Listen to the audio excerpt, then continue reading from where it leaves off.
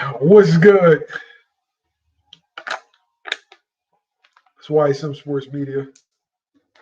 I'm Jamil Parker. I'm the host. Breaking news today. I'll wait for people to hop on.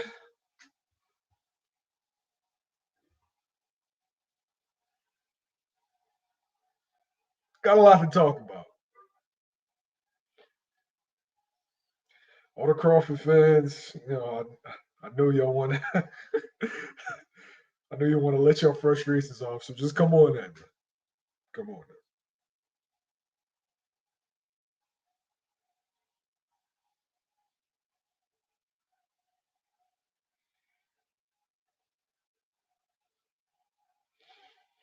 If you hopping in the comments, first, I hope everything's well with you.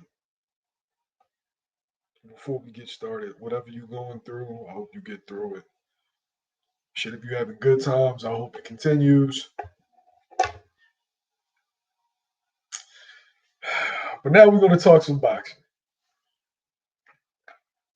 A new era was dawned today. First, I want to say salute to Terence Crawford for being undisputed and unifying the entire division. It's an impressive feat, and to do it twice is a hell of an accomplishment in a four-belt era, in any era for that matter, but in the four-belt era, yeah. But the new strap season has begun. Old strap season has ended. Terence Crawford is going on to greener pastures. He's looking for big fights so he can cash out. I'm all for that for Terence Crawford. I wanted to see him face boots, of course. I wanted to see Spence face boots, of course, but everybody has their own path. And right now, Terence Crawford he's looking for a cash out. He's looking for really, really big money fights.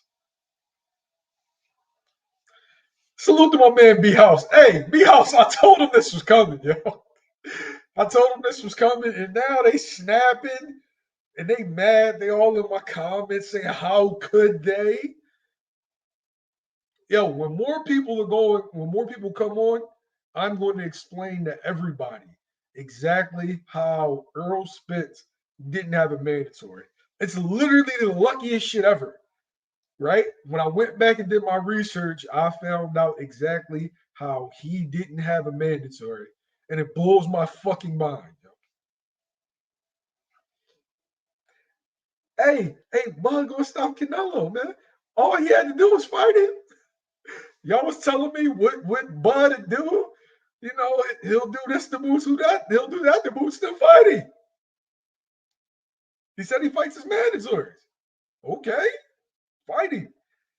Right? What would you rather have a guy talk shit about you or take your belt? Which one? Hey, man. I'm not mad at him for the decision that he made. See, the problem that y'all got is y'all think Bud is still that dude from Omaha that as soon as you talk greasy, like he just right at you. That's not what this is anymore, yo. Like y'all gonna have to let that go. What a fighter is at 25 isn't what a fighter is at 36. 36, Terence Crawford's a businessman.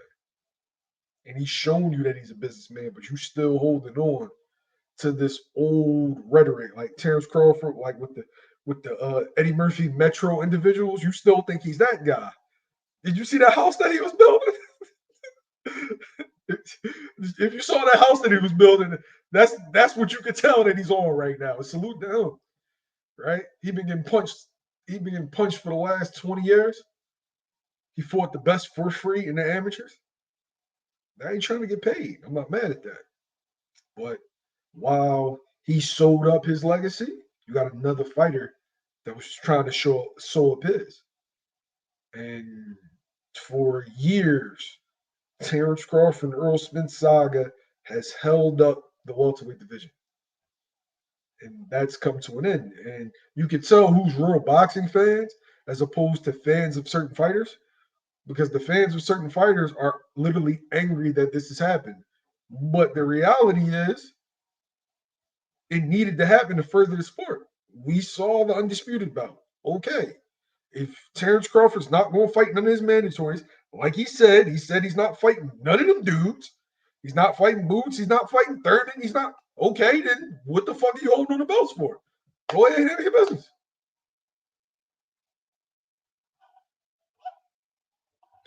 See, Bud gonna stop Canelo. You got to read the rules, my guy.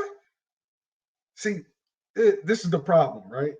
You have YouTube channels, right?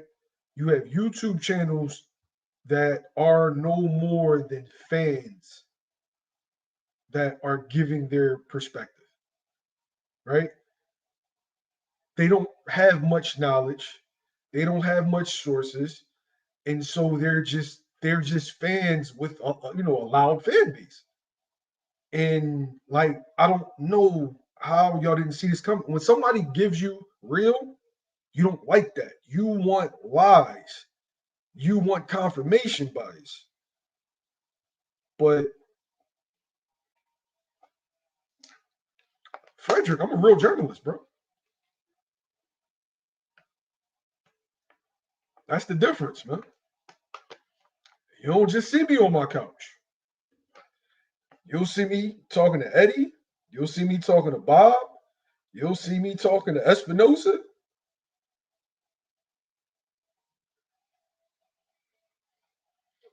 So if I'm coming to you with something, I'm not just coming to you from my crib, bro. I actually talk to people in real life. You listening to a dude that you ain't never seen outside. You like a B house. They've never seen they've never seen that dude outside talk to anybody, right? But they will trust his word and trust the news that that person will give. All right, so how do you want to start this? Okay, so if you look at the rules for every interim champion, every sanctioning body, go look up the rules for the interim champions. The interim champions could only legally hold the belt for a year until the full champion is stripped. Right now, if you're not doing anything, look it up. Save my mind. So, as of January 7th, L Dub, what up? As of January 7th, what I said to my man B House and what I was telling Crawford fix, January 7th is the D-Day. January 7th. That's when Boots won it. That's when Boots, that's how long Terence Crawford has to face Boots.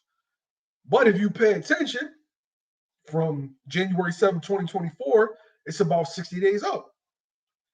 So an educated guess would be 60 days out, bud. Go and stop Canelo. L-Dub, I remember you dropping it, but you not who I got it from. To be fair, Tom Brown told me January 7th. But L-Dub did come with that nugget. So give him his props. But when I think it was Hector Garcia versus Gervonta Davis, I was having that conversation with him about when Boots was going to get his IBF mandatory. And he told me interim champs can only hold the belt for a year. But shouts out to L Dub for actually breaking the news. A lot of people think it was Michael Benson that actually broke that news. It was my man L Dub Boxing, L Dub the plug. He broke that news first. So instead of sharing Michael Benson shit, share L Dub shit. But anyway, you can only hold an interim championship for a year. So this was always coming. And it's November. So it is November 9th. So this will be around the time that it will be 60 days. So you would notify Terence Crawford that he has to face his, IBF mandatory as of January 7th. If he says, I'm not facing my IBF mandatory, then he gets stripped. 1 + 1 is 2. It's not that hard. It's not like everybody's out to get him. Like this happens. Yo, Terence Crawford fan, you was in my comments for months saying that you didn't want Crawford to face Boots. You were saying that you wanted Crawford to face Canelo. You wanted Crawford to face Charlo. You wanted Crawford to face Tim Tszyu. So why are you upset that he got stripped? If none of the fights you wanted to see him in is at 147 pounds, what did you want him to just hold all the belts and just keep everybody stalled forever? Are you a fan of boxing? That's what I gotta ask you. Are you a fan of boxing or are you a fan of Bud? And what the fuck are you gonna do when Bud leaves the game? What you gonna do then?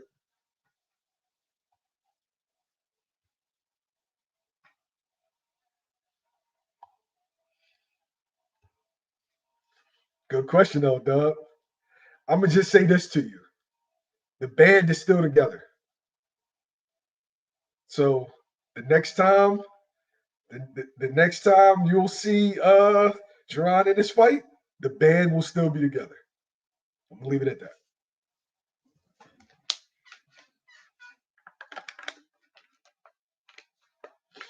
Ain't nothing changed. But the channel on the TV.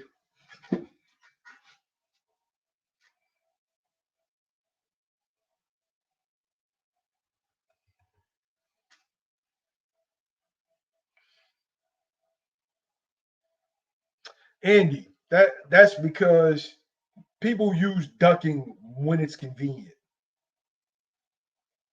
The same guys that will tell you Jaron Ennis is an email champ didn't say that about Triple G and didn't say that about Tim Tszyu when they won their belts.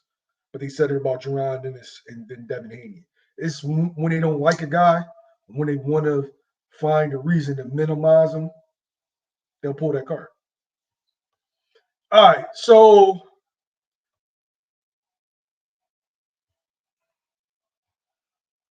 bro, look, man, if I could, I would, yo. If I could film smart, I would, yo. Mr. Bosey doesn't allow that. The only person I've ever seen like film sparring is some of the coaches. And it's like little clips and ain't nothing big. So like really if I could, I would, because y'all gotta see this shit. This shit looks like a fucking horror movie when he's in there. All right, so this is for Canelo Gonna Stop Spence. Shout out to my man Fighter IQ, man. My guy. Shouts out to my nephew, man. The best video game player in that house, potentially. As soon as he picking up the sticks, he trashing both of y'all. But all right. So if you rewind the clock, Errol Spence faces Carlos Ocampo, and if I'm not mistaken, Mikey Garcia was the next fight, right? So I wanna pull this up so I can be entirely accurate because this was literally the luckiest shit, and I was frustrated because I wanted Boots to face Errol Spence. All right, so yeah, so he fights Carlos Ocampo, IBF mandatory, then does his voluntary defense with Mikey Garcia, and then does his unification bout with Sean Porter.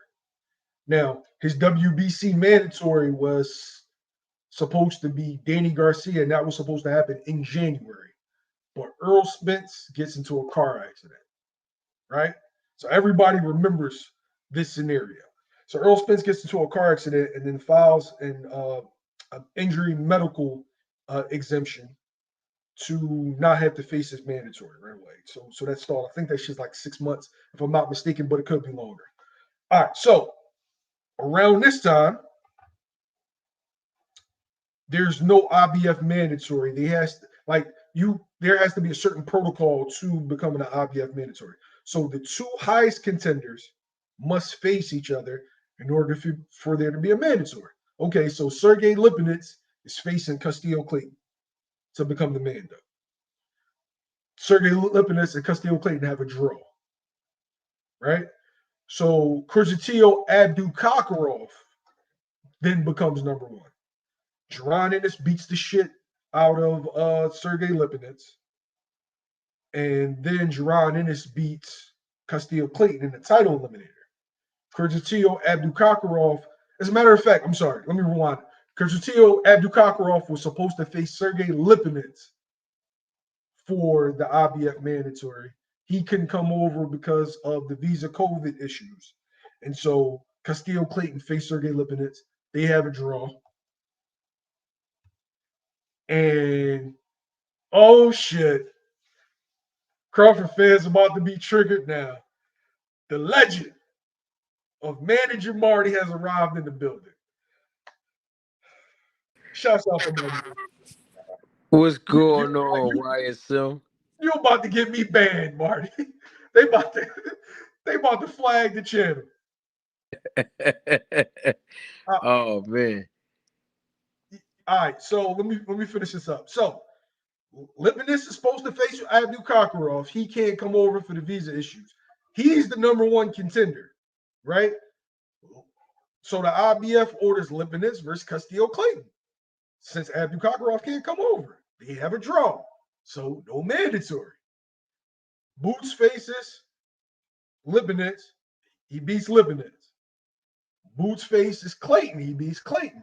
Now, Abdul Kakarov faces Cody Crowley, who isn't ranked. Cody Crowley beats Abdul Kakarov. So now Boots becomes the next highest ranked contender at number 3, but there's no number 2 or number 1. Okay? What happens again? Still around this time, Errol Spence gets hurt again. Files another medical exemption. Comes back, unification. Jaron Ennis petitions to face Errol Spence Jr. They order Kareem Chikazin versus Jaron Ennis for the IBF interim mandatory. That's how Errol Spence was able to circumvent facing IBF mandatory. It was sure fucking luck.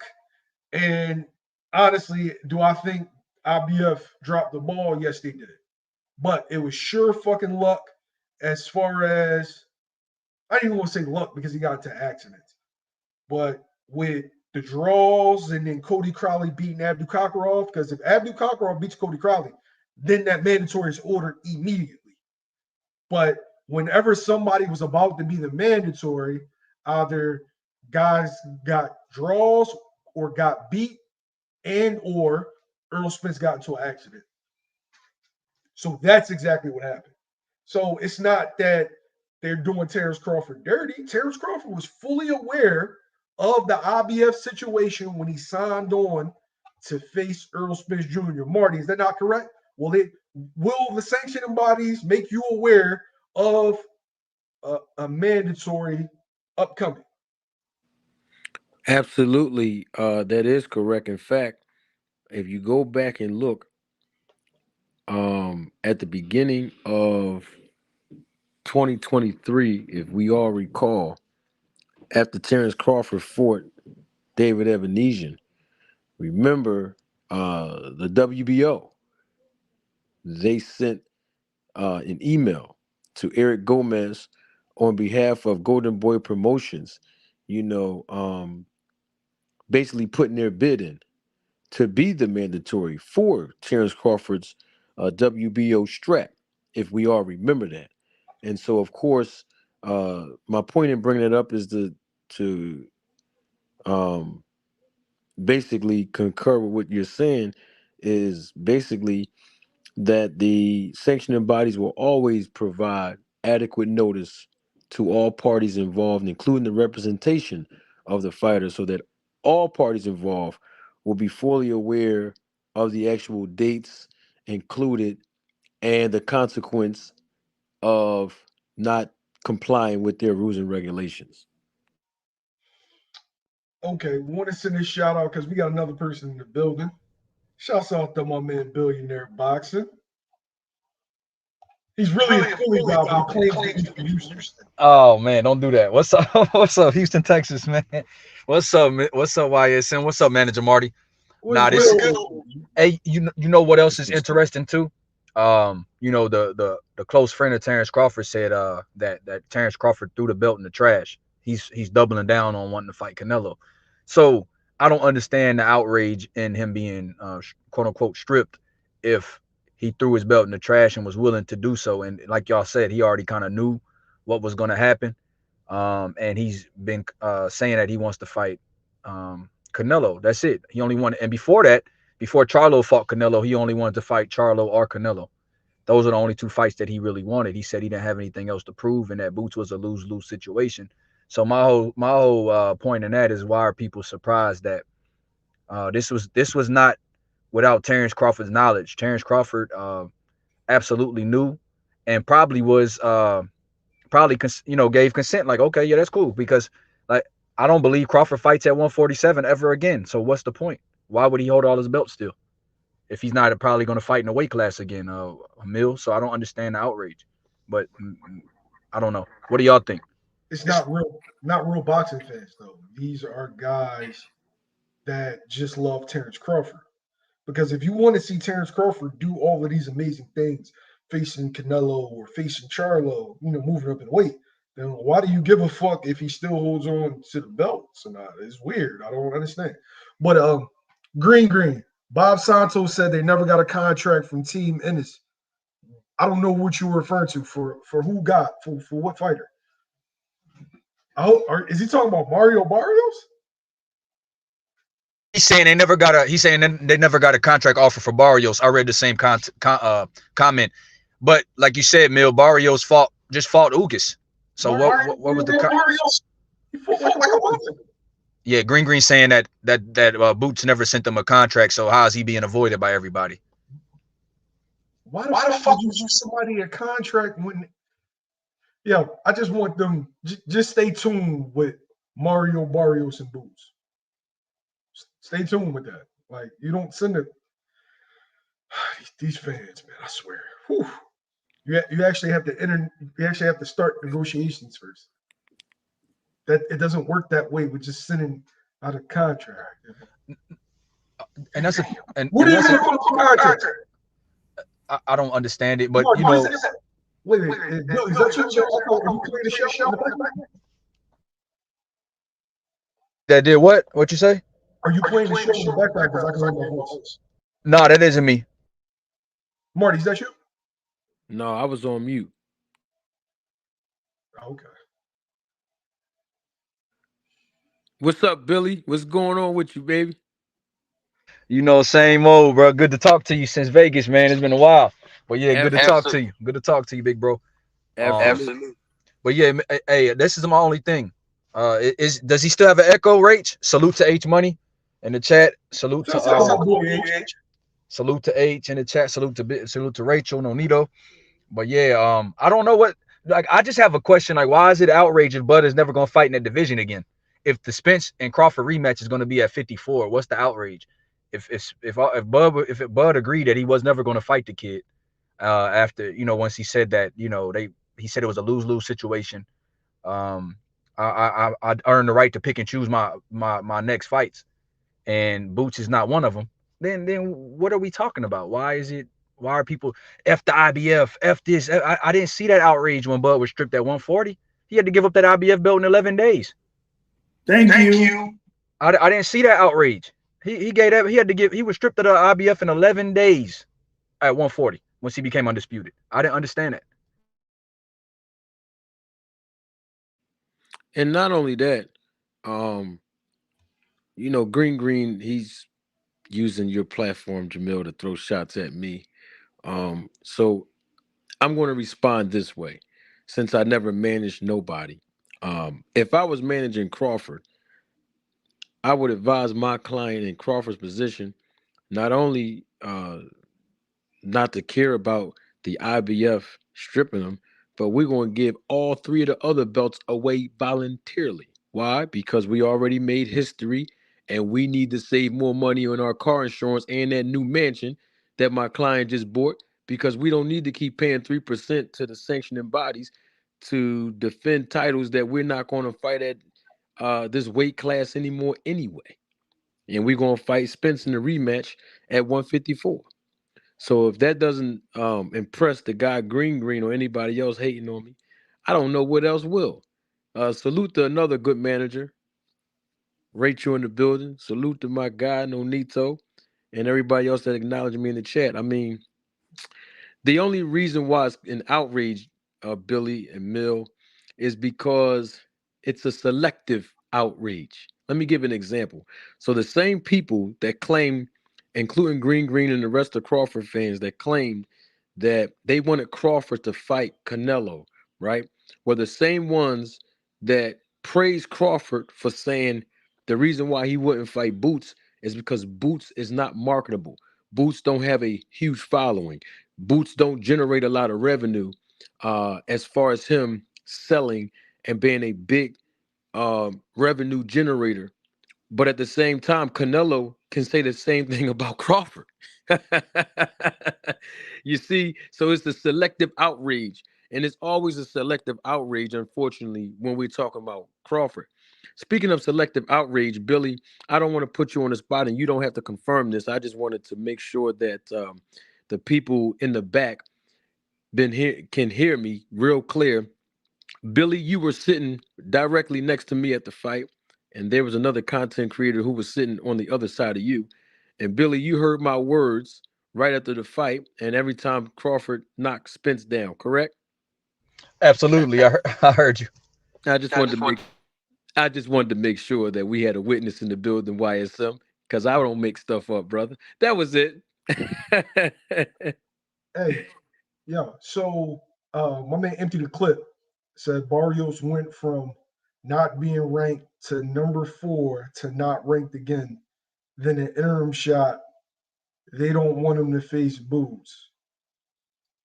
You you understand empty the clip when he won the interim title at the WBC that takes him out of all the rankings for other sanctioning bodies. That he's the WBC champion in waiting, right? You understand that, right? I'm just throwing it out there. Hey, hey, Mill. So it's safe to say that once this happens, Barrios is likely to be the next guy elevated to champion. Mario Barrios and Manny Sanders are going to be the next world champion. Mill, Hey, Greg, when I talk, mute. See something. Okay. Wait, mute it, Billy. All right, so I'm not sure. Hey, Marty, you unmute yours. okay, I unmuted mine. All right. Is there echo now? It might be. It might be you, Billy. Okay, if it's me, let me know. So what we'll do is, as soon as one of us talk, let's just mute, and then somebody else.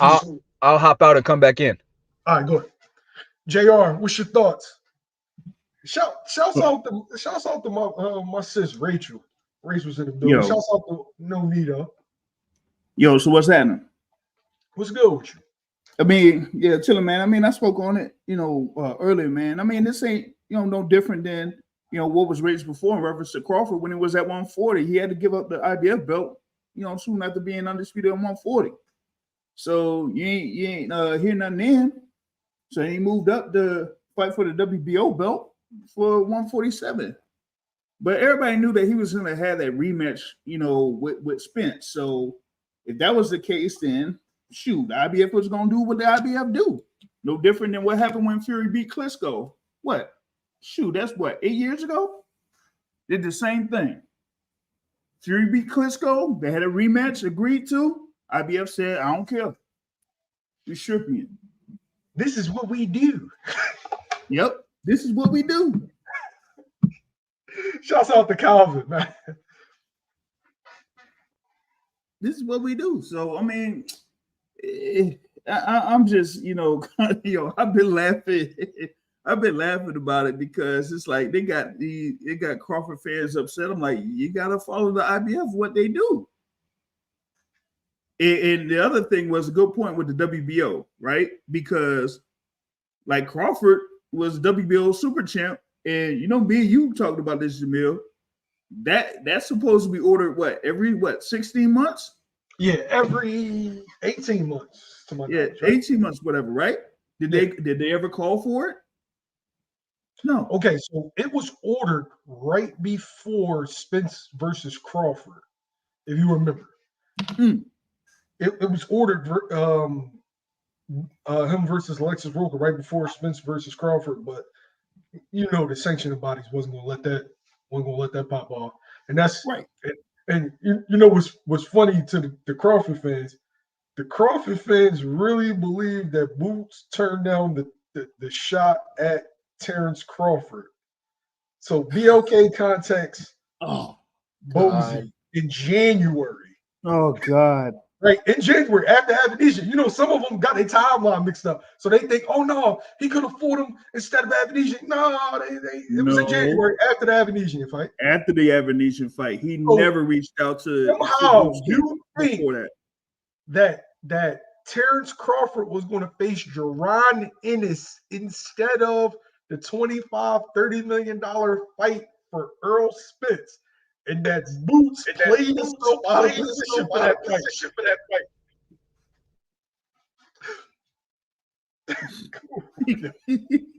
Yeah, good job, Good job. Oh, that comes back. Oh, So just when you go to talk, just go ahead. So go ahead, Billy Cook, real fast. okay. So, Mill, like it's Green, I just read a comment. He said, "I never seen somebody so happy, guy so happy for an email belt." It's not that we're happy about the email belt or that Boots. It's not that we're happy that Boots didn't fight Crawford for the belt. It's that we're happy that we're finally going to see some of these guys get a chance to mix it up in the welterweight division. Some of the younger guys. It's sad to say it's kind of been on hold, and like Mill gave a great rundown of Errol Spence earlier about the accident, then the injury with the eye, and then these extensions, and then the Danny fight. So no, he hasn't really fought his IBF mandatory since Ocampo. So at this point, it's due. And like Mill was saying, so for this situation, you want to see a guy like Boots get an opportunity at a champion, or get an opportunity to fight a top fighter. And it didn't seem like that was the case. You see Bozy and you see guys keep turning, you see Cody Crowley turned them down. You see other guys get offered to fight that Boots won't name, but a lot of people know behind the scenes how many guys that he got turned down. Talking to Espinoza personally, he said he has to overpay guys to even think about fighting Boots. And then they'll go back and think on it and then turn down the contract after they get the pay or the offer they're asking for.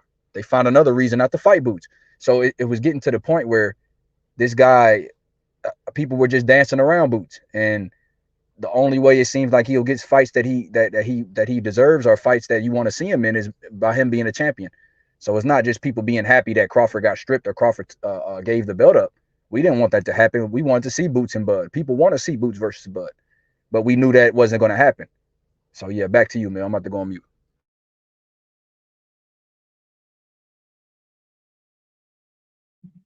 Oh, you still muted. Emil, can't hear you. I feel for Jaron and Marty, I feel like it's a deflectionary tactic. No, we aren't happy that Boots didn't get a chance to fight for the world title because I wanted the torch to be passed, right? The same way Chavez passed it to Oscar. The same way Oscar passed it to Floyd. I wanted the torch to be passed of the next guy, but Terence Crawford didn't allow that to happen. And so he got stripped. The story continues. Y'all so much fans of another man that you don't want this to continue. This y'all said, boxing is bigger than Floyd Mayweather. It's bigger than Boots. It's bigger than Ray Leonard. It's bigger than Jack Johnson. It's bigger than Muhammad Ali. Right? Boxing is boxing.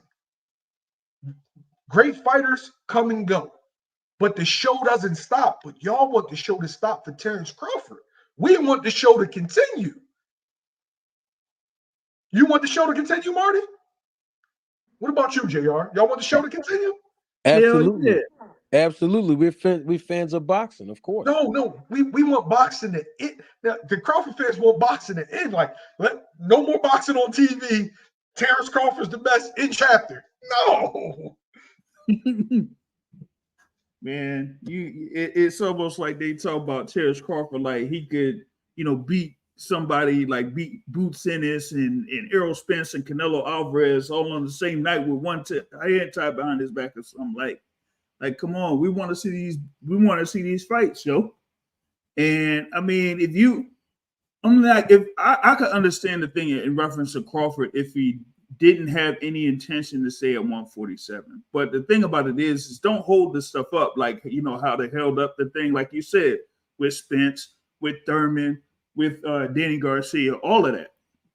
You know what I'm saying? So we didn't get those type of fights where Boots Ennis could fight any one of those guys. Like Keith Thurman wouldn't fight Boots. Like he's talking about, Boots ain't did this and Boots ain't did that. Like, nah, go ahead and fight the man. You know what I'm saying?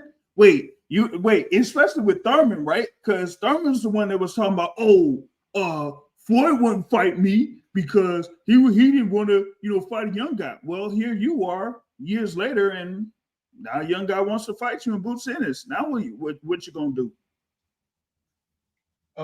Green.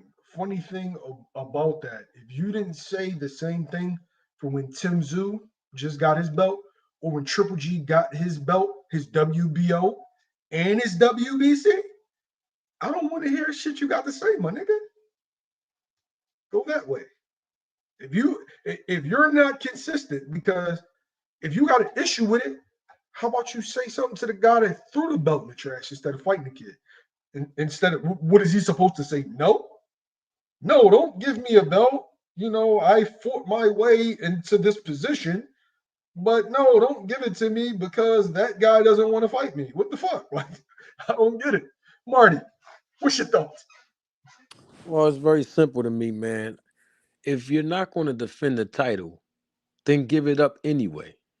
I mean, it's just, it's just real simple. We ain't got to complicate it. If you're not going to defend it, give it up and let someone else who wants to win it, win it. I mean, think about it like this. If Crawford would have voluntarily gave all the belts up, no one will be talking about an email champion because Boots would have fought for a vacant title. It's very simple. It would have been a vacant title, and he would have fought for it anyway, and most likely would have won it. So the IBF was going to be his regardless. And I said this even in a video that I'm going to publish sometime this week. I want to be clear that Bozy been talking about this for over a year and some change now. I mean, YSM, he's been on your platform since, let's say, September of last year. I want to go back July before that, but I'm talking about specifically in September, October, he was on your platform and he was talking about how he actually sent in and filed a petition with the IBF for this very same reason. So this is not something that happened overnight where somebody can wake up in the morning and say, oh, Boots is an email champion. No, this play had been put in place over a year and some change ago, and it's finally happened. Now, I have my thoughts on that as far as the IBF dropping the ball. Salute to Daryl Peoples, but it's like we had to get to all of this to be here a year and some change later, even though Spence had the belts back then. And of course, he was inactive because of his injury. So now, here we are now. There's another injury brewing. And the injury that's brewing now is Crawford fans' ego is injured. That sound like Marty, though. I knew something was coming. So it's like, it's all good. I mean, the kid was going to win the belt anyway. Crawford said on $1 million worth of game, this is all documented now. His words, not mine. He told Bozy and Boots, why didn't y'all take the WBO route so that y'all can be my mandatory and then turn around, beat Spence, and Boots literally becomes his mandatory in real life, and the guy don't want to fight. Whoa, I can't make Marty, this up. That's different. You know what I'm saying? No. That's not what they say in the meme of what was that on Friday or something like that, where the dude says, "Oh, that was different." Oh yeah, that was different. Want to send a shout out to my man L Dub. L Dub is fucking good. L Dub, what up? If Echo Usman wins next week, Queensberry will request to the IBF to become Boots mandatory. Oh my God. Yo, so then it'll be all Boots fighting nothing but bums. Who is this guy? But they not putting pressure on Cody Crowley for turning down that fight with Usman multiple times. Hey. Or he could have faced Boots November 25th for the IBF belt because that's 2 weeks from now. So the IBF was going to do this regardless. So that would have been for the world title. So we're going to criticize Boots for working his way up and then winning the interim and Crawford not fighting him so he becomes the champion. But you're not going to criticize Cody Crowley for turning down a title opportunity? This shit is ass backwards. But L-Dub cooking again. Ugas was an email champion too. Green, did you talk about that? I don't remember you saying it. I don't remember you. Hey, G, I was looking for y'all. I circled back. I came by the gym at like 8 o'clock when the news broke. So yeah, I was looking for y'all. Yeah, man. They had Pacquiao was WBA, and then they ended up saying, nah, Ugas the WBA champ. I mean, Ugas still ended up beating Pacquiao, but regardless, folks weren't saying nothing then. All right. So, hey, Jalik, I think Boots is next generation. I'm talking about a transcendent fighter. But if Bud beats Boots, he don't pass Floyd or Duran in my book. I'm sorry. It's a hell of a win, but no. Like Duran beat a prime Ray Leonard, bro. Nah. Yeah. On what Marty said in reference to, Boots and Bozy, they petitioned the IBF last year. And this was like after, Boots had beat Castillo Clayton. And I was at that fight. I was like, yo, okay, you get this win, you next. And that's what they were pushing for, to be next to fight for the IBF. But you see anything in reference to that? Nope. Only win is now when Terence Crawford got the belt. Like, oh man, it's crazy. And let me say this too, Mill, right? And Billy, and I don't see the name of the other person. After that, Billy Cook, that's JR. But JR. After Marty go Billy Cook. Salute to JR.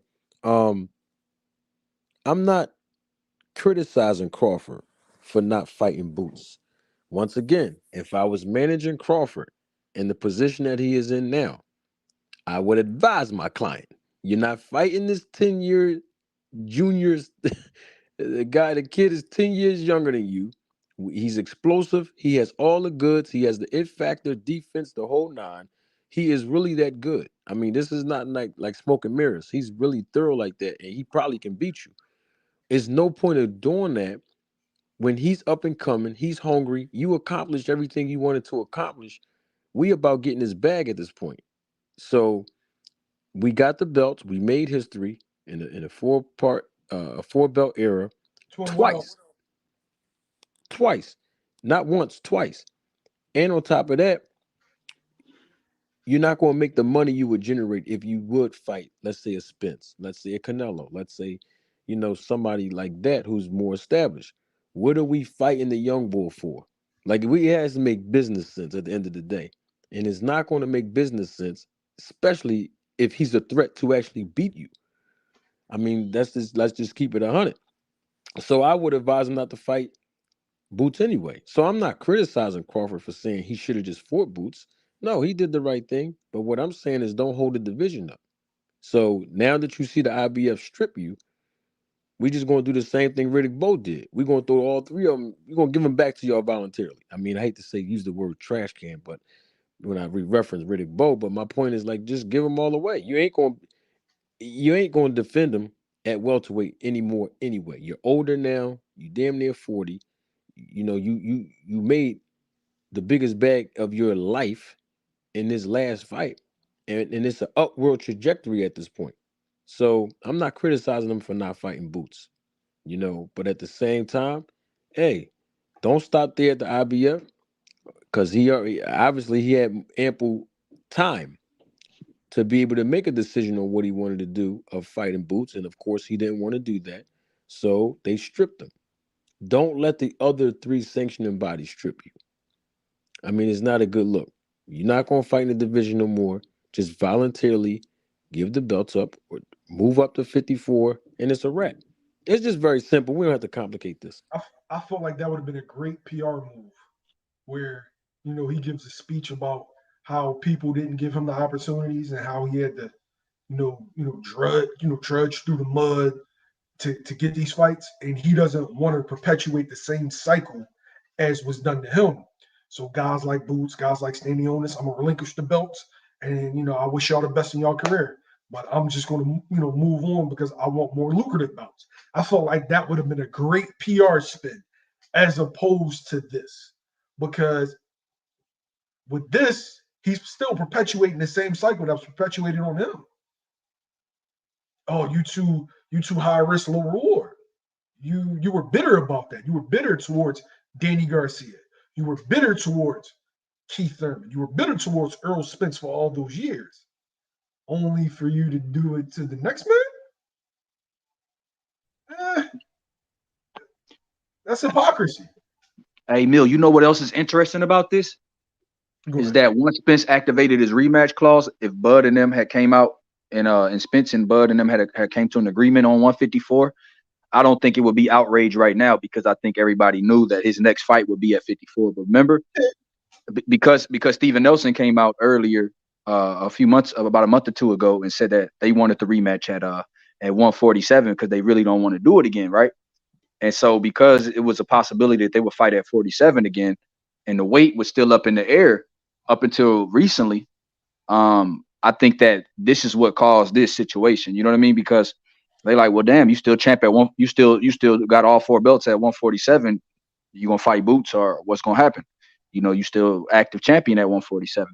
But had they agreed on, because after the fight, Spence and Bud both, I mean, Spence was like, man, hopefully the rematch is at 54. Hopefully the rematch is at 54. And Bud, after the fight, was like, well, 147 wasn't easy for me to make either, kind of insinuating that the rematch might be at 54. But after the fight, and a couple months later, the tune changed a little bit. Like we gonna make Spence come back down to 47 again, and we gonna fight there because we got a chance. We won, so we picked the weight, and because of that, I think that it left the door open for the sanctioning bodies to believe that Bud might fight at 47 and kind of ask him, hey man, what's going on? Are you gonna fight at 47 again, or what's up? And I think that's kind of what's bizarre about it. Marty, we got a question for you, my man L-Dub. Ask Marty, does he feel the same way about Haney like he does Bud vacating the other three belts? Energy check. Well, if you know anything about me, I'm very consistent. So the same thing I'm saying about Bud is the same thing I'll say about Devin Haney. The same thing I'll say about Devin Haney is the same thing I'll say about Jamel Charlo, and have said it about all three of those guys. Absolutely. Because the thing is, when you start moving up in weight, you're going to have some problems coming down, going back up. Anytime fighters fluctuate in weight, and this is according to the history of boxing, when they come back down, most of the times they usually have issues. And I'm talking about struggling in their next fights because their bodies and they fluctuating in weight back and forth, back and forth. Don't take my word for it. Ask Roy Jones. So yeah, my same energy is still the same when it comes down to Devin Haney doing the same thing. In other words, is if Devin Haney wins against Prograis, that means he has made history. There is no point of going back down to defend the titles unless, see, here's the difference with this, unless you're fighting someone like a Tank Davis or Shakur Stevenson. That's when that makes sense. In Crawford's case, him going up to 54 coming all the way back down to 47, well, there's not another fighter that will allow him to generate a lucrative big payday that he's looking for in the 147 division. So there's no point in him even coming back down if you want to compare a Terence Crawford to like a Devin Haney.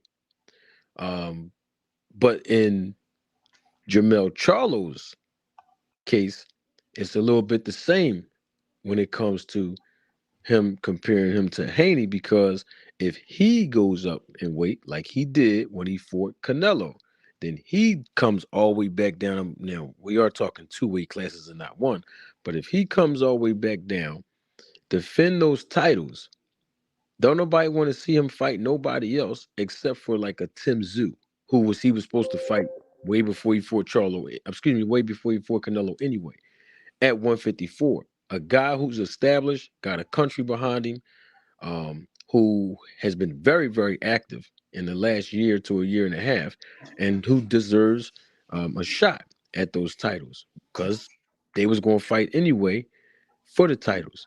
So that's when it makes sense to go back down to defend the titles. For Charlo and Haney, it don't make no sense for Crawford to come back to 47 to fight who?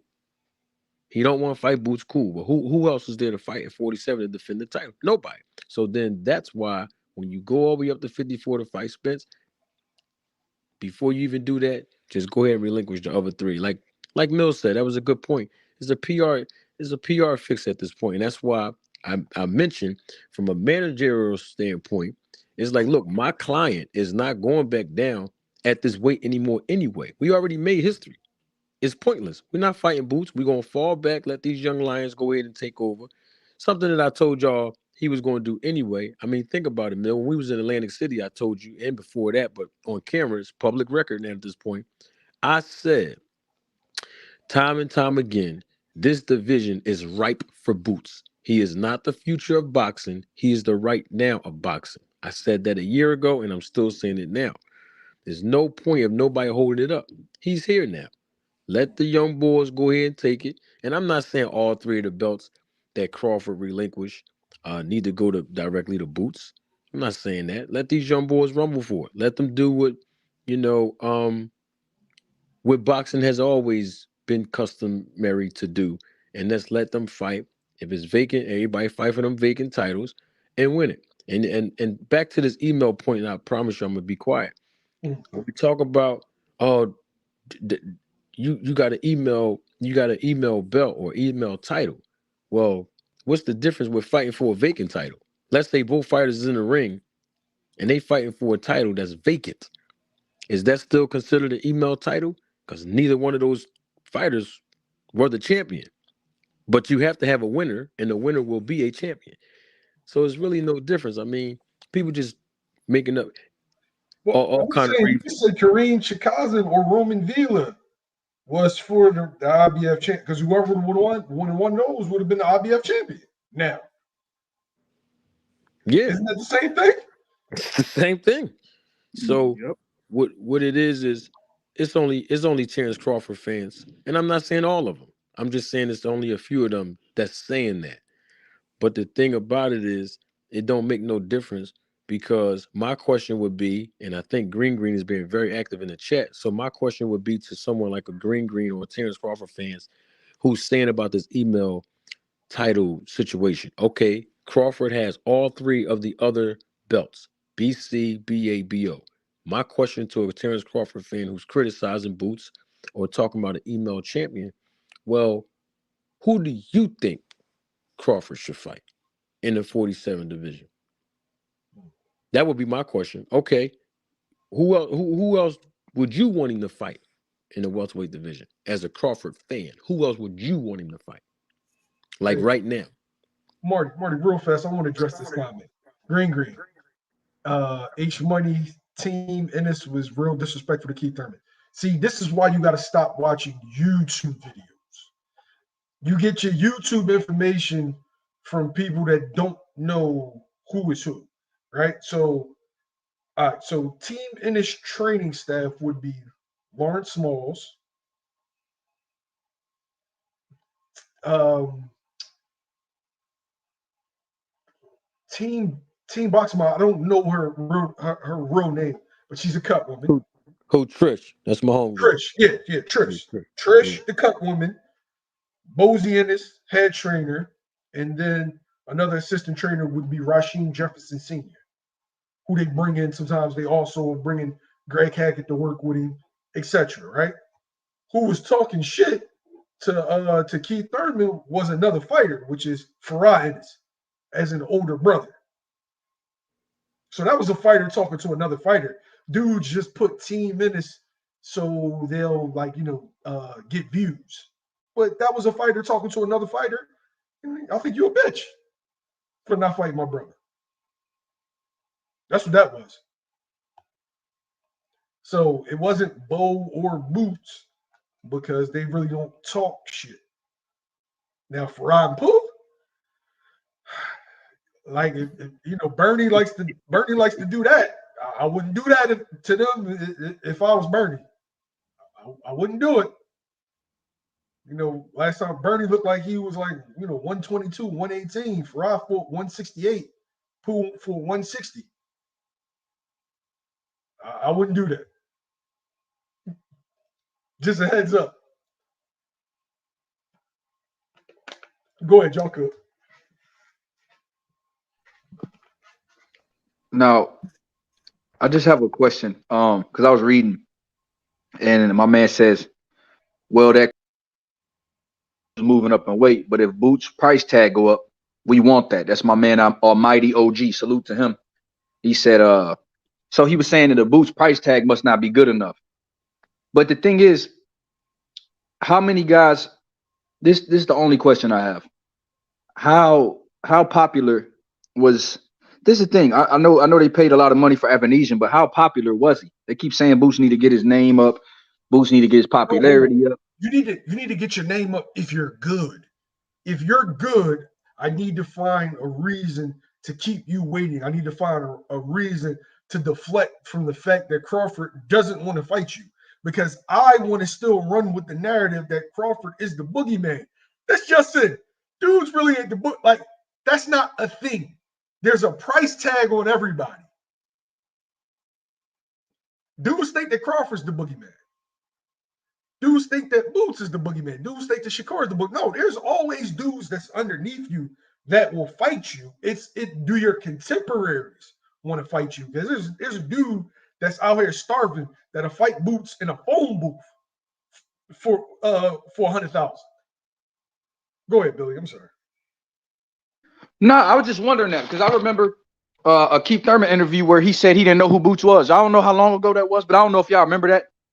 Mill, do you remember that when yeah. And that's your boy too. I like Keith Thurman, but I'm saying there was a specific interview where Keith pretended like he ain't know who Boots was. You get what I'm saying? Yeah, but that's the same. That's something that old heads always do. That's established. Like when Crawford was like, "You was calling me out? When? Nigga, you know when? You know when? Yo, this just said, and this is not for me bragging, but yo, they all watch YouTube. Every last one of these motherfuckers, listen to me. If you think that your favorite fighter do not watch these interviews or what you saying or what these other content, that's a fucking lie. They watch everything. I've seen them. They watch it all. So he definitely remembers Boots calling his name, but I'm the big dog. Like, who was you? That's how he's looking at it. Who was you? You was calling me? When, for real? Come on, my nigga, you know. Hey, Mill, can you keep roasting Green? Yo, H is putting a lot of pressure on Green. Corner. You know, he can hit with shots. His guard is folding. H Money hitting him with body shots on the ropes. Yeah, man. Green. Don't pull a Kovalov on the rope. Stay strong. Yeah. And you know what? When Bud did that Instagram live when about why the Spence negotiations fell out. Remember that boxing source and everybody? Yeah. Well, it was something glaring in that IG live that I remember vividly when Bud said they was asking about the young guns like Virgil and Boots. He said their name never came across my desk. If their name came across my desk, then we would have seen it. But the reason why I'm fighting that Venetian because their names never came across my desk. So when people talk about this Boots fight, but Boots got offered to Bud. That wasn't for that December fight. That's what people don't realize. That fight that Bud took with Venetian, he admitted himself. Boots' name never came across the desk. He said it. So that's what people keep harping on. Oh, Boots turned down a fight. When Mill, can you speak on the timeline that you know exactly what really happened about this Bud and Boots negotiation and what really happened and when the fight was supposed to take place? All right, real fast. I want to get to this. My man Frank says the IBF lost my respect. They made a guy a champion who didn't even have to fight for his unearned title. They made him full champion. Laughing ass, what a joke. Now, this comes from fans that don't really understand or aren't really aware of how this works. But Jaron Ennis was an interim champion, right? Right?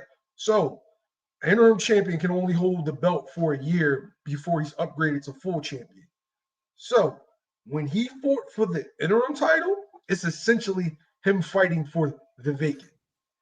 So, if the IBF lost your respect, then the WBA lost your respect, the WBO and the WBC, because the WBC and the WBO upgraded Gennady Golovkin, right? And the WBA upgraded your Dennis Ugas, so you shouldn't respect any sanctioning body at this point. Don't just single out the IBF. As far as the timeline, okay, so it starts like this. Terence Crawford leaves negotiations with Errol Spence. He announces he's fighting David Avenesian. That same week, Bozy Ennis puts in a petition to the IBF to face Errol Spence because Errol Spence is available. And you're the next highest ranked contender. The IBF, per their rules, in order for there to be a mandatory, JR knows, LW knows, you must face another, the next highest ranked contender for the interim. Well, I'm sorry, for the mandatory, but they made it for the interim to give Errol Spence and Terence Crawford time to negotiate to fight. Because the interim, you have that year window. Okay. Boots face Kareem Chikasi. Boots wins, becomes the IBF interim. Now he leaves every sanctioning body.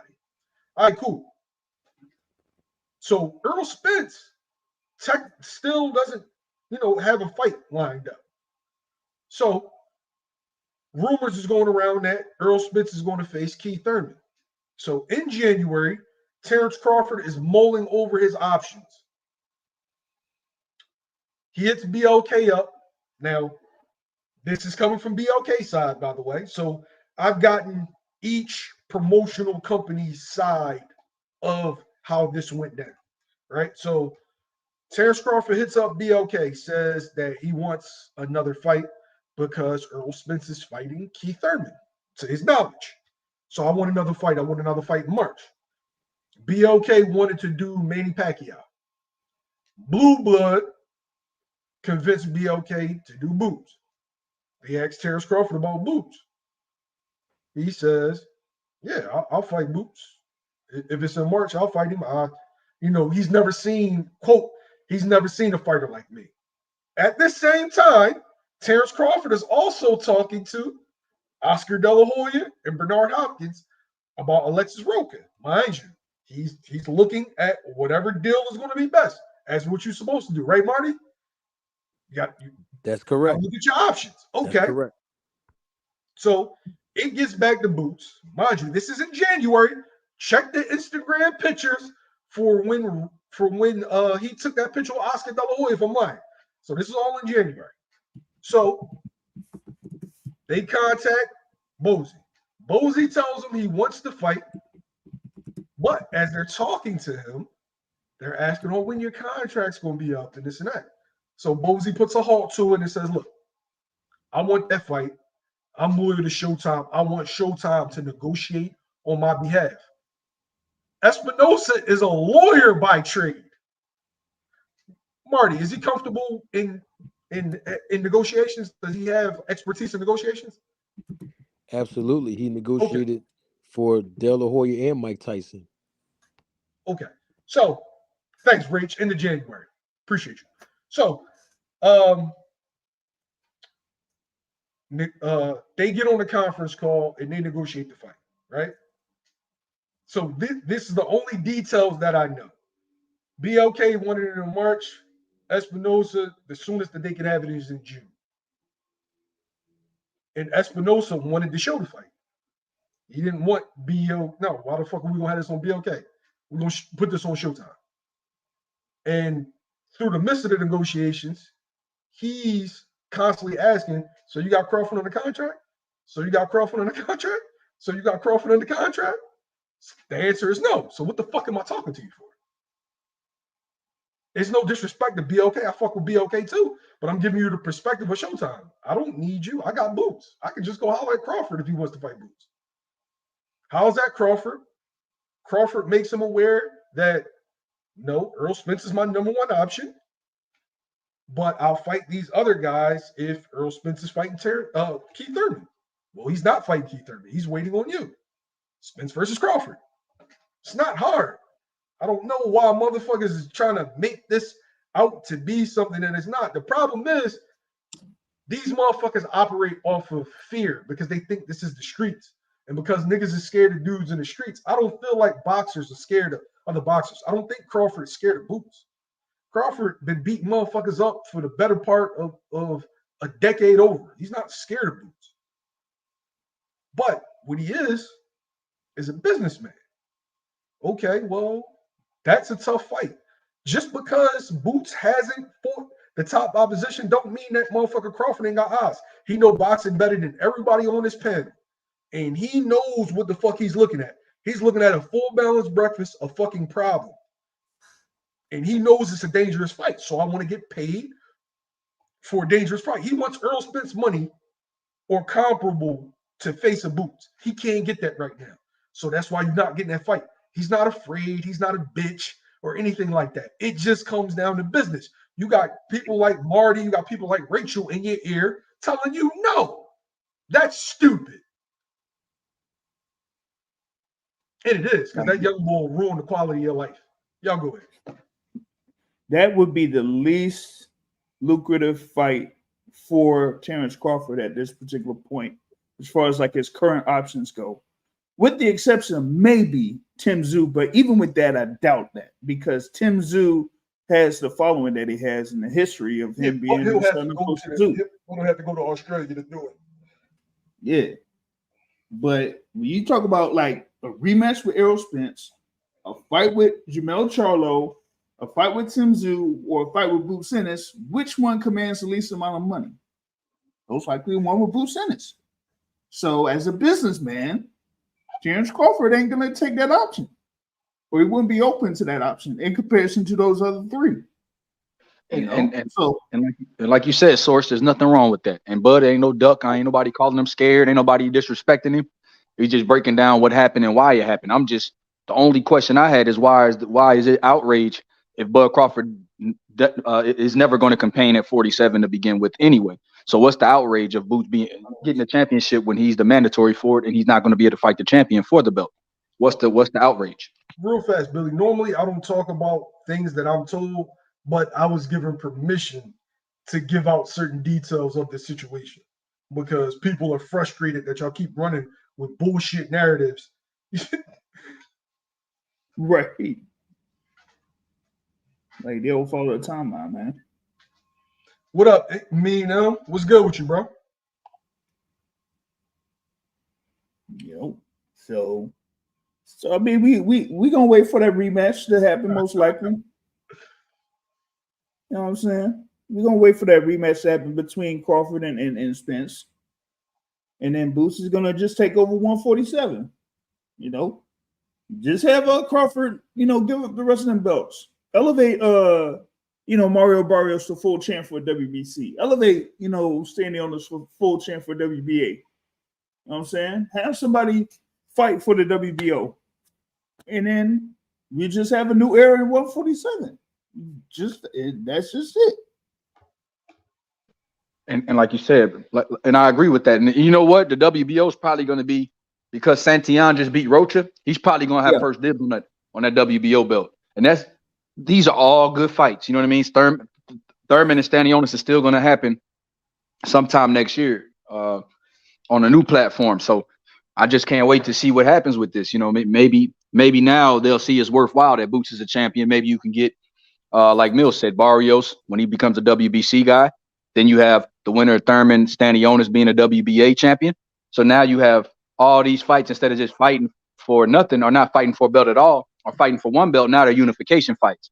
So maybe that gives more incentive and maybe that gives more of a financial reward to take those fights for both parties. You know what I mean? Because like Mills said, that's what it's all about. And like Bud Crawford, why would you fight Boots at 147 when you have a Spence rematch at 54? That's more lucrative, like you said. And even though Bud said he don't want to fight Charlo after that performance against Canelo, Charlo and Bud would still be for 3 belts. You know, unless this IBF situation, unless Charlo gets stripped, but he'd still be unified. You still have 2 belts if that situation doesn't go right. But you still, like you said, you still have lucrative options even without. I know Bud is aiming for Canelo. I know that's what Bernie was saying, that he's doubled down on the Canelo fight. But even without that, it's still just more lucrative options. And some would say less risky options. You see how he handled Spence in the first fight. So some would say, shit, it's a less risky fight for more money. Why would you take it? Doug, this is what I'm waiting on. You hit the nail on the head, Doug. I was waiting to see what the WBO was going to do because Alexis Roker was not the WBO interim. Everybody else is going to be upgraded to full champion. Mario, like you said, Billy, Stanionis, they're the next world champions. But the WBO is the most intriguing, right? Are they going to take Rashidi Ellis out of the rankings? They can't because Rashidi fought January 7th, right? So are they going to order Cody Crowley versus Giovanni Santillia? Or are they going to order Rashidi Ellis versus Giovanni Santillia? That's the interesting question. Man, and they just had their convention, man, a few weeks ago. That's what I was thinking, like, why haven't they released their rankings yet? But man, yeah, I'm waiting for that too. What they gonna do on that? Wait, I'm gonna give y'all the WBO rankings because LW be on his shit with the rankings. Like, if everybody's going by Michael Benson dropping the news, it was LW first. So if you want news, I'll let LW boxing, man. He's completely LW will have it before me, man, because I'll be at work, so I can't get that. Right, put him up. Yeah, he be on them. I think he on the payroll with the sanctioning bodies. So I'm throwing that out there, man. He be getting information a little too fast for me, man. Yeah, man. It's like before they drop the rankings, they send him a text. Hey, Dub, this is what they look like. Yeah, this is what they looking like. Here are the changes in the rankings. But okay, so like my man L Dub said, you got Alexis Roque. Oh shit, yeah, it ain't even updated yet. Yeah, they haven't updated it since September. Crowley's number 2, Rashidi Ellis is number 3, Spence 4, Santillian's 5. So it's going to be interesting where they place Rashidi, Cody, because it's going to be interesting to what they do. Hey, what's most likely? Is it most likely Santillan versus Crowley or Santillan versus Rashidi? If you had to guess, I'm rolling with LW. It's probably going to be Santillan versus Crowley, which is why Crowley ain't even going into that Boots route. He like, man, I'm about to fight Santillan and get a better opportunity to be a champion. And then if me and Boots fight, I'll fight him down the line for unification. I think they'll send Rashid to get that WBO shot. Yo, it could possibly all the belts could end up on PBC. And that would be interesting though with the Rashidi joint though, because Santillan is with Top Rank.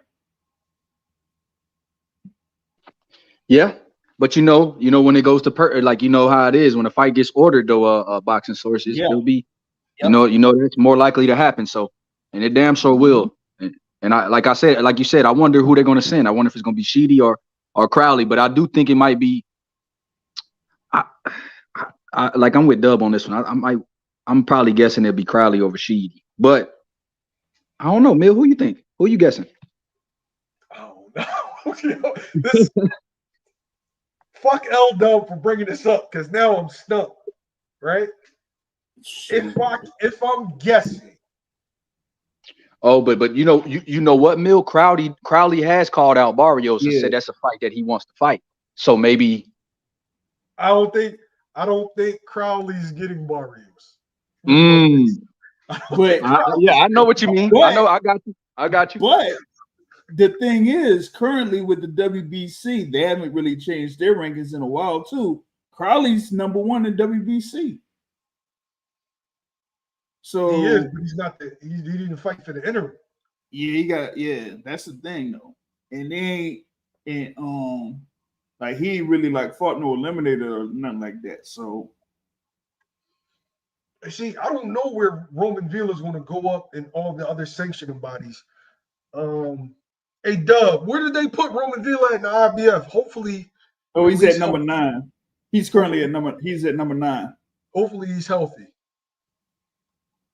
They got him at number 9 in the IBF right now. Above Chikazian and below Santian. Hey Rich, I'm just saying, I don't think Cody's gonna get Barrios. Yeah, the convention for WBC is next week.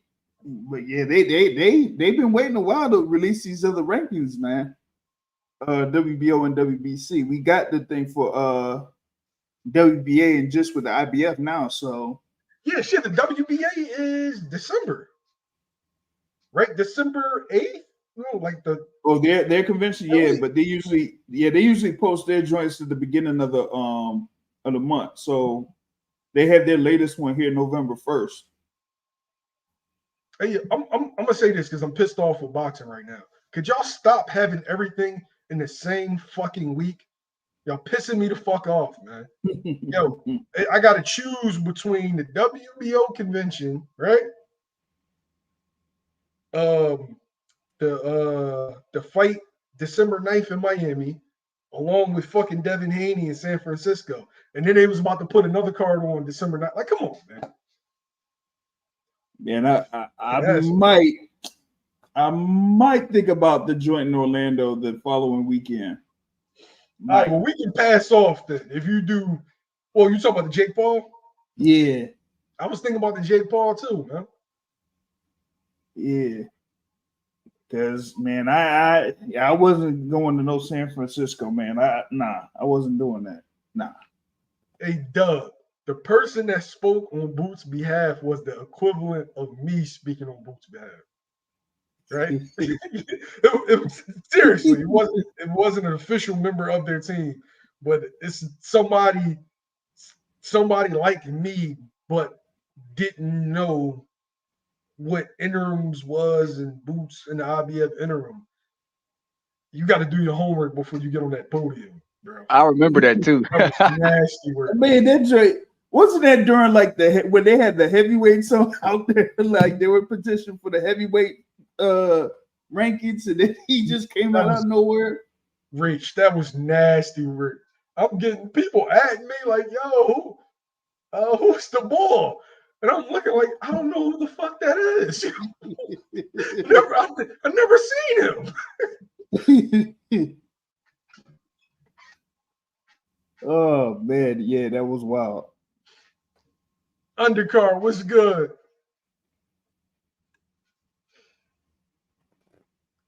Key, man, I feel like I'm blessed more so for the people around me, not for me. You know what I mean? We gonna see what's next with Boots now. He the full champ, IBF champ. You know what I'm saying? I still want to talk to Barrios though, man. To see what he's saying. He talking about, he wouldn't mind a fight, but I don't know, man. Appreciate you, Doug Brightside. Salute to you, man. I mean, this is the thing, right? Dudes want to criticize Boots for going the IBF route. I told everybody that he would get his shot first with the IBF, they was like, oh no, the WBO, Bud fights is mandatory. What do you mean? Bud's going to fight him. He ducked Bud by not going. But the IBF route, he got his belt. Did the WBO ever get that mandatory? Like, did the WBO, did he fight his mandatory? I'm asking for a friend. Hey, was Avenesian a mandatory? Nope. No, he wasn't. That was a voluntary. You know, when you're the super champion too, you get a long time, boy. You get a lot of lenience. Yep. Crown Jewel, what's good? Hey, yo, tell the people from Omaha, the IBF belt is going to be at a hookah spot near you. All right, you know what I'm saying? It's going to be a lot of beer. It's going to be a lot of beers around it. Some chains, some BBLs. You know what I'm saying? You're a nut.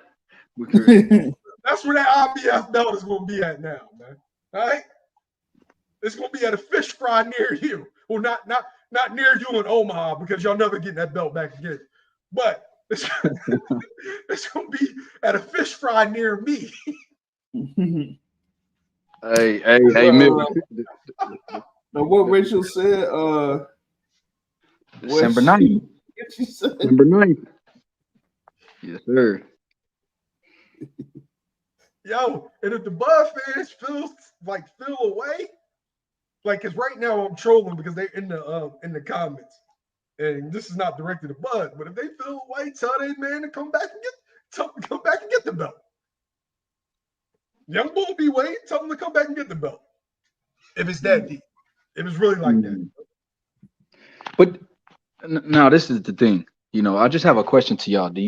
Does Boots? Now this is just a question that, you know, you don't have to answer nothing. It's not gonna be crazy, but is Boots feeling frustrated, man, about the opponents and about certain situations to where he doesn't feel like he's getting credit? You know what I mean? Does he ever feel like he's going to get credit no matter who he fights, or do you think that bothers him, or, you know, every now and again it irritates him a little bit?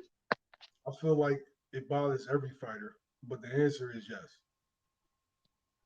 He feels like if the money's right, these dudes should want to fight. And with the Cody Crowley situation, then the money was right. And so he's looking at it like, okay, well, what are you in this for? Now, he's not a guy that's going to be super vocal because he doesn't believe that shit works. But that situation definitely frustrated him because he feels like you're only going to give me credit for a certain quality of guy, but those guys don't want to fight me. But now the guys that do want to fight me is guys that didn't want to fight me when they had something to lose. Like when you were the WBO regular, you wasn't checking for me. You was checking for everybody else. Now you on my line? Now you willing? I don't get shit for beating you. You coming off of getting knocked the fuck out, or you coming off of getting a loss. What do I get? Why? So somebody could still say that I'm beating up bums? And he's not wrong, because honestly, y'all fans, y'all say y'all want the best to fight the best, but y'all pick and choose like who you caping for, or pick and choose who you criticize and minimize. Like, y'all gotta stop that shit. But yeah, Rach, that belt gonna be at the crab spot, man. When y'all come through, man. The belt gonna be at the crab spot. It's never gonna be in Omaha again. Never getting that belt back again. Hey, Boo's been sitting on that end. Yeah. Now, the welterweight division is gonna be crazy. I can't wait, bro. I can't wait to see what happens. I can't wait to see the platform and how everything's Oh, what, the Almighty OG? Yeah, he said, y'all be easy. Hey, because he was saying he was out a long time ago because he thought we was dissing Crawford. He thought boys was really going to start shitting on Crawford, but it wasn't even like that. Crawford is special, bro. He's special. And like you said, bro, Crawford got 2 or 3 money fights left that he wants in his mind, and he's on a mission to get. And like you said, bro, it's a business at the end of the day, and I understand I understand his mindset, and I understand his perspective. But there's not nobody to shit on Terence Crawford. But his era, like a new era got ushered into that. And respect everything that he's done. He's the #1 pound-for-pound fighter in the world. He's a certified Hall of Famer, all-time great. I'm never going to take that away from him, yo. And I feel like fans don't have to shit on other fighters to uplift their guys. I'm just saying I don't think he can beat Boots. And that don't take away from nothing he's done, but stylistically, I don't see it happening. But that's my opinion. But I don't gotta shit on him or shit on Spence to say how good Boots is. And that's one thing I like about Bo, Coach Bo. He said Crawford's my man, so is Spence. I love the guys. We just want the belt. It was never personal, as he was saying. He always say that. It's never personal. My bad. Fans want to make it personal, though. They like that little civil war, and like they want him to be tweeting and shit. He don't get into that. Like he don't want to do it. You either want to fight or you don't. If you don't want to fight, then the fuck out of here.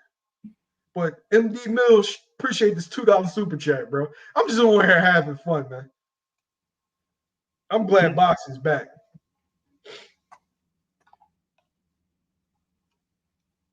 Hey, Green, take it, punk. I'm about to take it. I'm about to get it back, man. I'm having fun tonight, man. Green, an old friend too. I rock with Green. He's good people, but hey, he don't. This is the thing though. He obviously don't like the situation. You know what I mean? And damn, bro. I wish it wasn't this way though. I wish Boots did. I don't think Boots wanted to get the belt this way. To be honest, Boots just wanted the belt. I don't. If you ask Boots in a perfect world, would he wanted the belt this way to where people would still be critical of the way he got the belt? I don't think he would want it this way. Boots is a competitor. Like you said, Mill, seeing the dude spar is something different. It looked like a horror movie. It's different. It's different, boxing source. The dude is special in there, man. Different. Like, well, Billy, this is my problem, though. Instead of Green putting pressure on a fighter that he likes, he's putting pressure on the guy that is waiting for the opportunity. And that's not fair. And if Crawford fans, you upset with me that I'm joking. I mean, bro, this is fun. This is entertainment. Terence Crawford's still a great fighter. He's just never getting that belt back. I don't know what you want me to tell you. and you know what? And you know what? To Terence Crawford's credit, he don't want the belt back. No, he don't. that's extra sanctioning fees. That's 3% or whatever they negotiate. But it's sanctioning fees. Is 4 belts is a lot of money. Like Spence said, man, where my sanctioning fees going? He said, man, y'all get man, what's my sanctioning fees going? Y'all don't tell us nothing. But he's 100% right, and I appreciate him standing up and saying that and questioning the establishment. But the Crawford fans are more upset than Crawford's probably don't give a fuck. Probably don't give a fire fuck. Yo. Like boxing source, like Bernie said, shit, we threw it in the trash. We owned the Canelo fight. We doubling down on that. We want Canelo. That's what Bernie said. Crawford wants Canelo. Yeah. Hopefully he can get him. I mean, honestly, I don't want to see the fight. I don't want Terence Crawford to have to go up 3 weight classes to get a big fight. Like I don't like that. Yeah, I don't feel like he should overextend himself for that. Give me a Tim Tszyu, give me a Charlo, right? Mm-hmm. But if he were to do it, if he were to pull that off, you talking about one of the baddest motherfuckers to ever walk the face of the earth. Like you had to put him on like the Ray Leonard, then you gotta start having those conversations if you were to pull some shit like that off. Like all the old school folks talk about Izzy Charles going all the way up to heavyweight or something. You know what I'm saying? That's like that Ray Robinson attempted with Joey Maxim. You know what I mean? Yeah. It's some like, and the crazy part is, even though I favor Nello Mill, I don't doubt Bud. Like he's at the position where he's such a good fighter, you can't doubt him. I don't like that fight, bro. I don't like it either, but you can't doubt him. Yeah. I don't like that fight, yo. I don't like it. Hey, Rach, 12% is nasty work. Oh my God. Nasty work. 12%. 12% is you gotta think about that. 12% of a $10 million purse. You take a 1.2 for me for what? Man, I'll flip this whole fucking table over, man.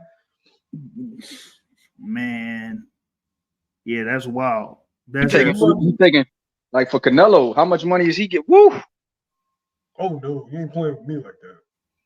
Like you talking about 40 million, 40 or 45 million that he be getting. A Devion, I remember Bud saying that. I also remember Boots saying that Bud was a walking victim. Don't leave the division. We said, don't leave or don't run. Let's get active. And he gave him the belt. So I don't know what to say after that. I don't know what to say. Yeah. I'm saying it's self-explanatory. You can't say, I'll be another dead body and then not do it. If you feel that way, then do it. Just saying.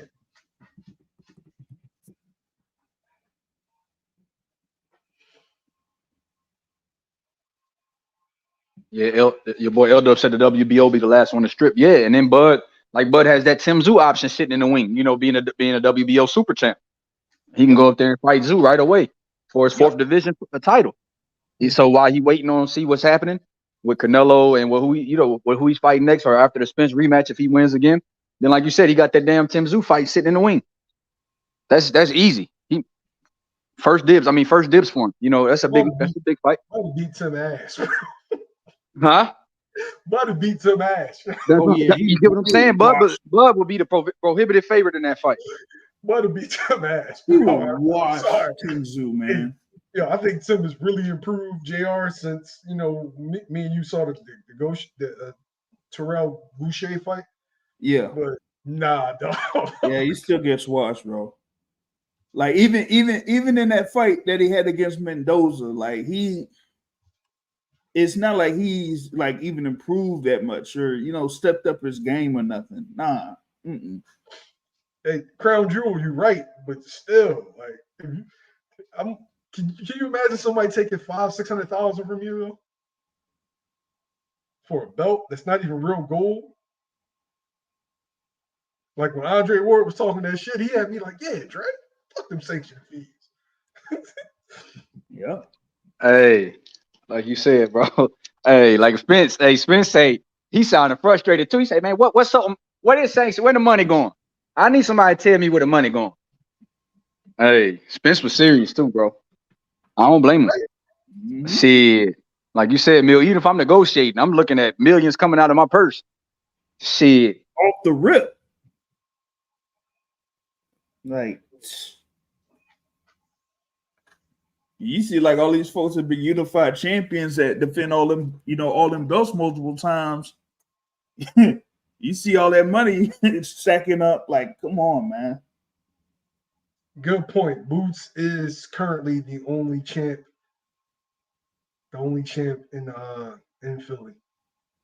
Woo! What you say, Mill? Repeat that. I couldn't hear you. Boots is the only champ in Philly. No, man, not the fight capital, man. Yo, didn't your man just get fucking ass whipped by Canelo, bro? Hey, Mill, he's still a champion. You're right, though. You're right. Well, first, appreciate the $2 super chat from my man Undercard Boxing. I'll see you tomorrow, bro. We're gonna get it in. Working at the Split T Showcase. Appreciate my man Nikki been holding me down for a minute. $25 super chat. No echo chamber here, bro. I'm only gonna keep it a bean, man. Oh yeah. Right? If I'm Terence Crawford, am I fighting Boots? Fuck no. It's not worth it. It's not worth it. He'll change your quality of life for a ticket that isn't what you just got. What? So I wouldn't do it. If it was me, if I was managing him, I wouldn't do it. And I don't think he's scared or pumped for doing it. But don't say you'll do X, Y, Z to me if you have no intention of fighting me. Don't say I'll be another dead body if you're never gonna fight me. Then you gotta do it. You gotta prove that you're that. Otherwise, you don't say anything. Right. Hey, Mill. Look. This is crazy. Right side did some insane work down there in the chat. Crazy work. He said that he'll pick Devin Haney over Boots right now. He said he got Devin Haney beating Boots. For what? Beating him. I got Dev over Boots. And what? What in dominoes? At what? I gotta ask my No. boy right side. Wait, dog. do me a That's favor. my boy too. Right side, I think he's trolling. Tell right side who's the biggest Devin Haney guy you know. I don't even want to say, bro. You know, Say it. you know me. Say Yeah. Hey, Mill, you the biggest Devin Haney guy I know. Besides, yeah. I'm a Devin Haney guy. I think Oh. Dev's the man, right? I think Dev's the man. I think if I'm right, he said he trolling because nah, dog, I don't want to see I knew you be trolling. I said right side gotta be trolling, bro. I know right side better than that. You know me. Right side, my boy, man. That's my big bro. He I know right side no better than that. That's asking too much. That's asking too much of Dev. Yeah. Hey, Phil Journal say Boots fanboy channel. Nah, not. Oh yeah, that's damn. That card is tomorrow. Damn. Yeah. L-Dub. Nah, man. Don't be talking about them snacks. That couldn't even save Devin Haney in that situation. Don't be talking about them snacks. It's just a bad. It's a bad joke. Come on, man. Nah, that's too much. Now, Mill, who is Boots' toughest opponent at 47? Now that Bud and Spence are definitely out the picture, who's his toughest opponent out of everybody you see in Boxing Source? That was my question. On paper, if Thurman still has his legs,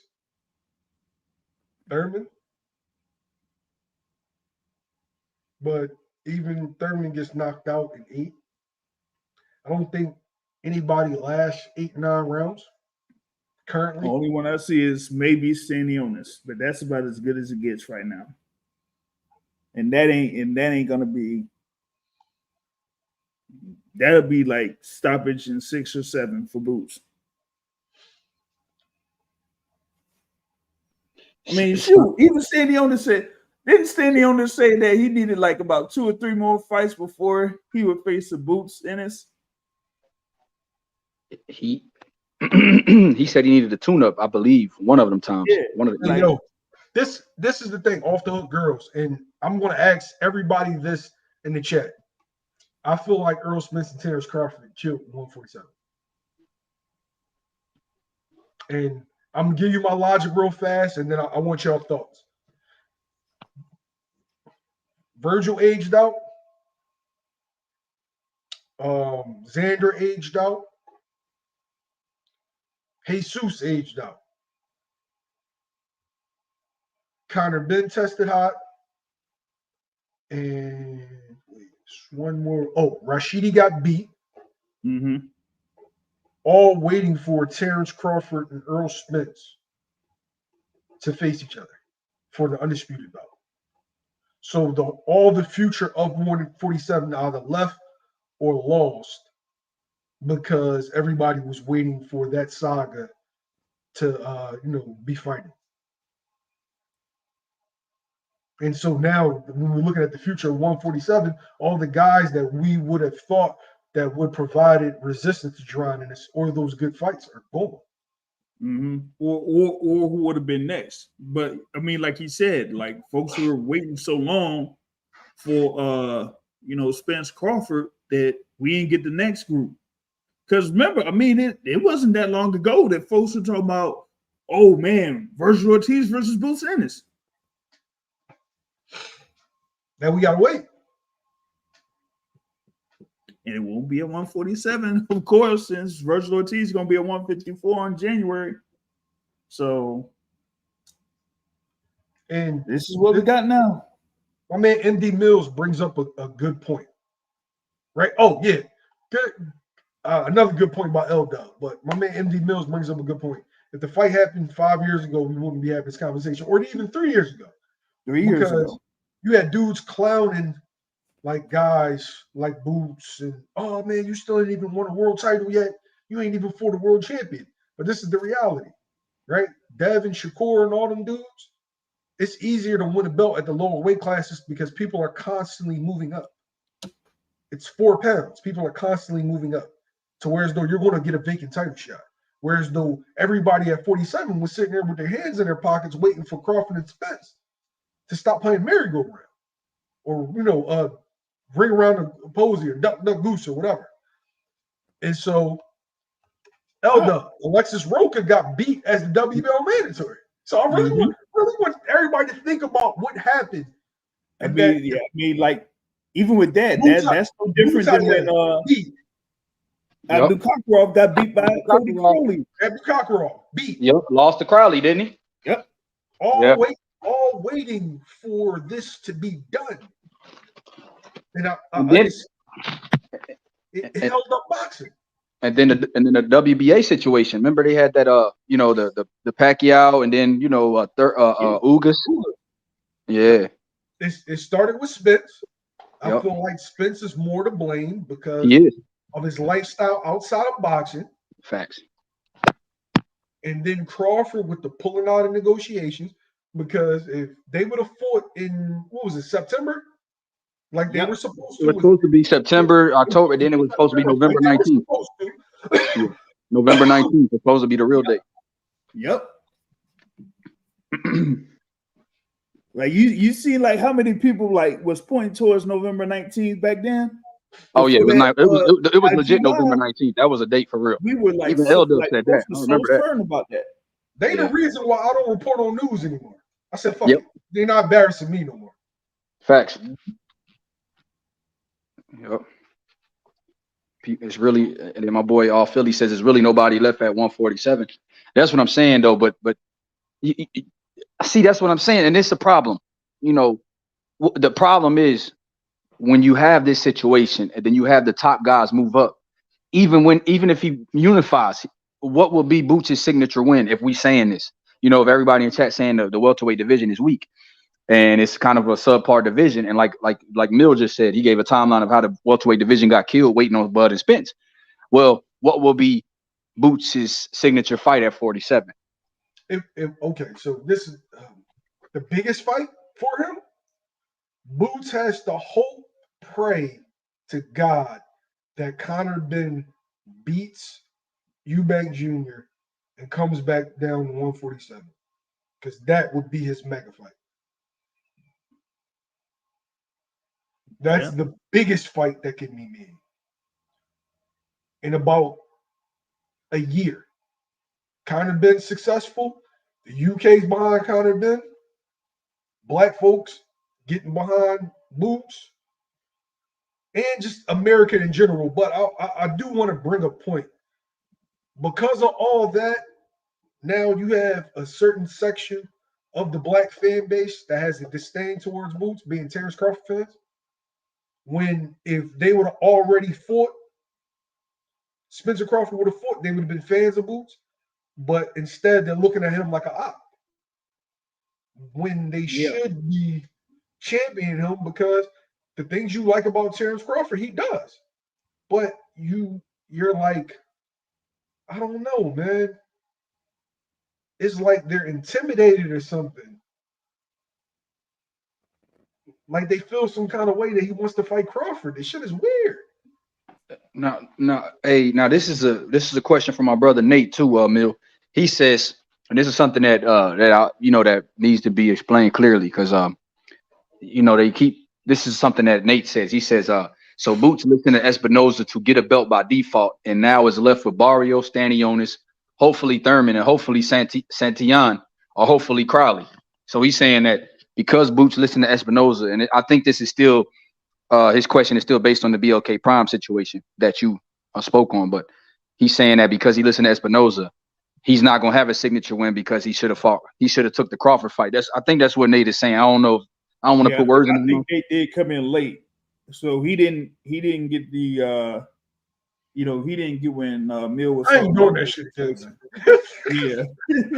I'm not saying that you're going through it. You see how, like you said, it's a segment of people that believe that to this day that the Crawford and Boots fight was really going to happen, and it could have.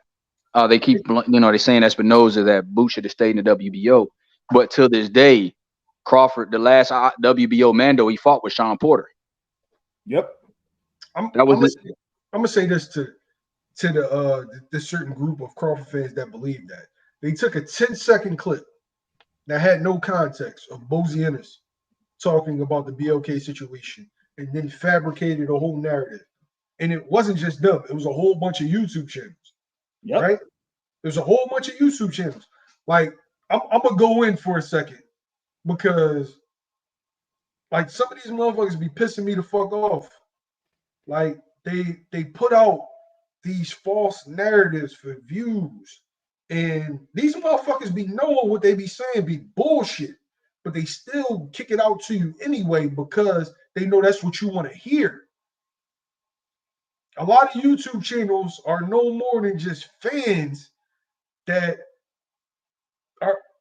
are just kicking out their opinion. I'm trying to be as respectful as possible. Yeah. Because they are my contemporaries, but that's just the reality of the truth. Now, do I think I'm better than them? Of course not. But what I am saying is they be giving you bullshit. They don't be telling you the truth. But then when somebody like me tells you the truth, you get mad at me. You say, why SM you being biased? Why SM you a fanboy? No, I'm telling you exactly what's what. The hedge fund hedgehog. Yo, Rachel's out of pocket. Rachel's out of pocket, yo. Hey, what she say? The hedge fund hedge? Hey, that sounds like Rach, man. Hey, bro. We need to be friends, yo. She's out of pocket. Hey, this situation is why Rachel say, look, Rachel, this whole situation, you know, you told me, look at this shit you got me into. Now you see you calling boys hedge fund hedgehog. But shout out to my man MD Mills, shout out Super Chat, Bud and Boots. Wasn't even supposed to be a thing, but the Spence fight drug it out. Yo, I agree. We're not even supposed to be having this conversation. Boots was supposed to be the new shiny thing for fans. But them making him wait so long, and me too. I ain't gonna lie, I played a part in it. I was doing a whole lot of interviews, but them making them wait too long, now it overlapped the future with the present. And so now you got Crawford fans feeling away towards a guy they're not supposed to feel away about. Like, you want these kids to want to fight the best, right? But then when they want to fight the best, you get mad because the best is your favorite fighter.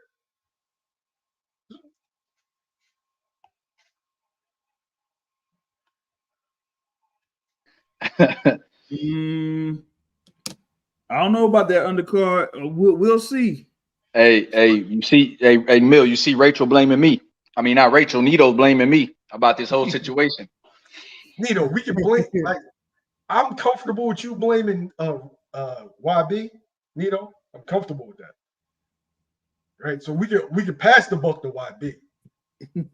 So if we want to, let's just go forward with YB being the guy that is the reason why Crawford fans hate Rachel. I'm comfortable with that. Boom. That's the new narrative, Billy. It's your fault.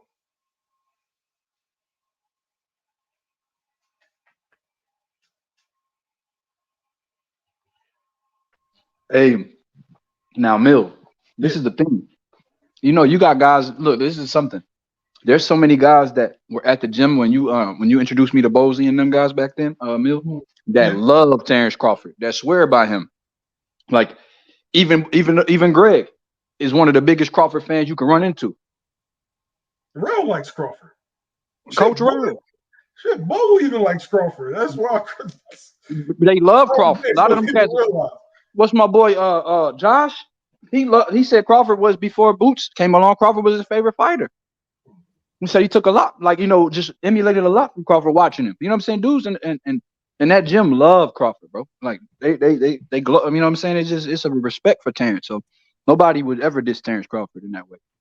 And that's why that's why the interview was big when you said you know, why, like when you asked Bo, why don't y'all disrespect Bud? He's like, because Bo was like, we don't get into that. That's not, we actually got respect for him. I'm not about to be you know what I'm saying, doing all that just to get a fight. Like, what's up with that? Like, if we in a position, we shouldn't have to do all that. That's not in our character. No. You shouldn't have to do that to get fights. Like, yo, it's not personal, bro. Like y'all be acting like these dudes then stole a brick, a raw from another guy, and now he gotta be like power, like, you know, power, like Tommy, and then get it back. Nah, bro. It's not even that.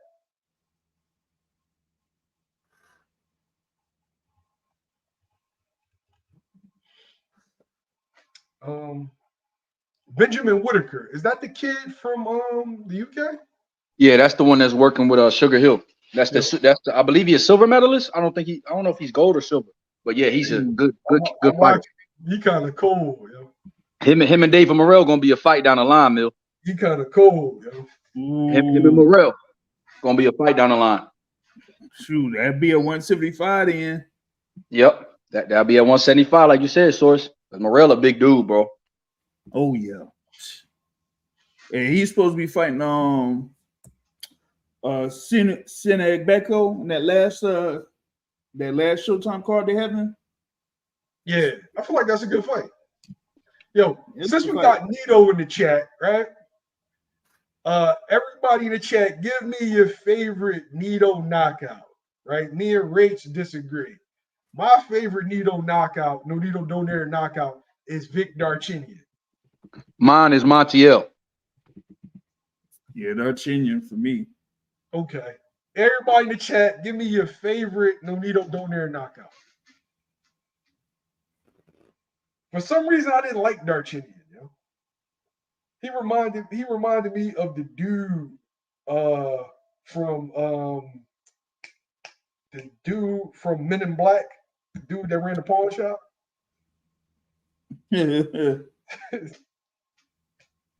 Yeah, big bro. L-Dub says Arce. Arce's a good one. That was a good one. That was a good one. Hey, he fucked Arce up. Like everybody in the chat, give me your favorite Nonito Donaire knockout.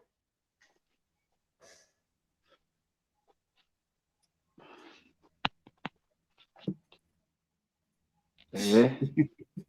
Hey, Black. Hey, he said, "Hey, Mill, look what Nito wrote. He said, Darchinyan was a bully. That's why. Always, yeah, he was a cocky little motherfucker, man. And then, I didn't like it. So and then that was payback too. Yeah, hype. Darchinyan was a cocky mofo. That was hype, yo. That shit was clean too. Hey, Mill, your boy said David Morrell took his award, tried to take his award at the WBA convention, and he said Morrell, he told him he could have that shit. That's what Nonito told him. Hey, Morrell was grabbing his award. He said, you a big dude, bro. Take this shit." Mandatories are never other champions. There's been a couple of occasions where that has happened. Yeah. Triple G was one of them. One I remember.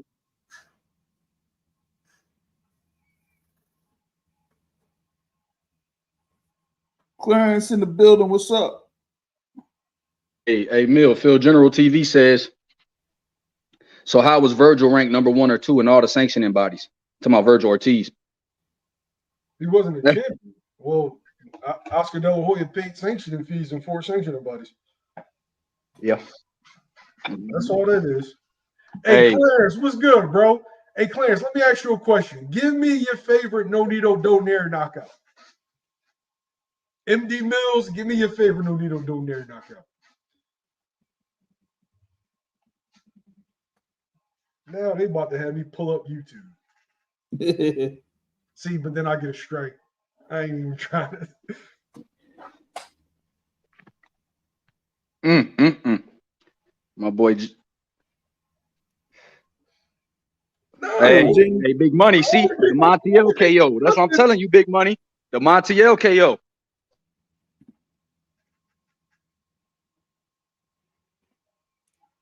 All right, Big Money says Montiel. Okay. All right. So what we got? It's tied up. We got 1 for Arce, 2 for Montiel, 2 for Vic Darchinyan. Yeah, I'm with that. I'm with the Montiel. I'm with Big Money. Dub right side. Give me your favorite Nonito Donaire knockout.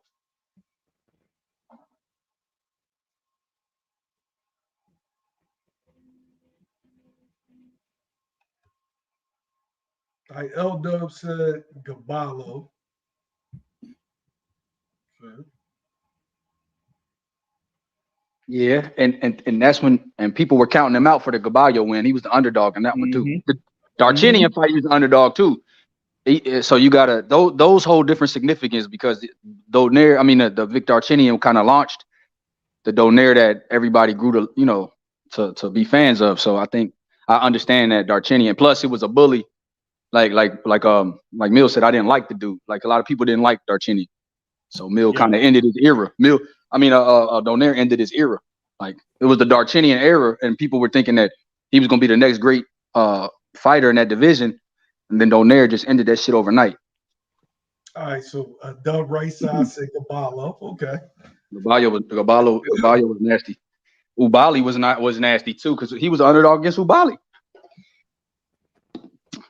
Yep, he was the underdog against Ubali. Then he damn near ended Ubali's career too. I mean, kind of. Hey yo. Yeah. Hey, Champy, you're not really familiar with us, but calling the guy that nickname is really questionable. I don't think this is the channel for you, brother. Yeah. You gotta say pause. Hey, what do you say? Hey, bro, I thought it was a typo, but he probably meant to write that. I wouldn't even read it like that, man. Yeah, why is nowhere near S? Nowhere near. Hey, that is not a typo. S-E, pause. That's questionable, my man. You gotta check. Hey, well, they say that's questionable. That's doubtful. You know, like they do you got since the gridiron, YSM gridiron, you got doubtful, questionable on the NFL, before the injury reports. Yeah, that was questionable, bro. That nowhere near probable. That is questionable. Wally, okay.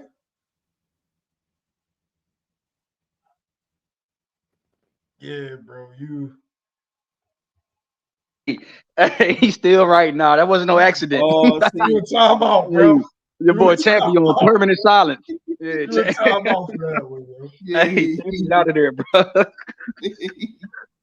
He's on permanent pause. Like, yeah, he's out of there, bro. Just like even if you want to talk shit about it, that's cool. But leave that nickname. Nah, that ain't it, my brother. that nickname ain't it. Hey, bro, that's that. Yeah, bro.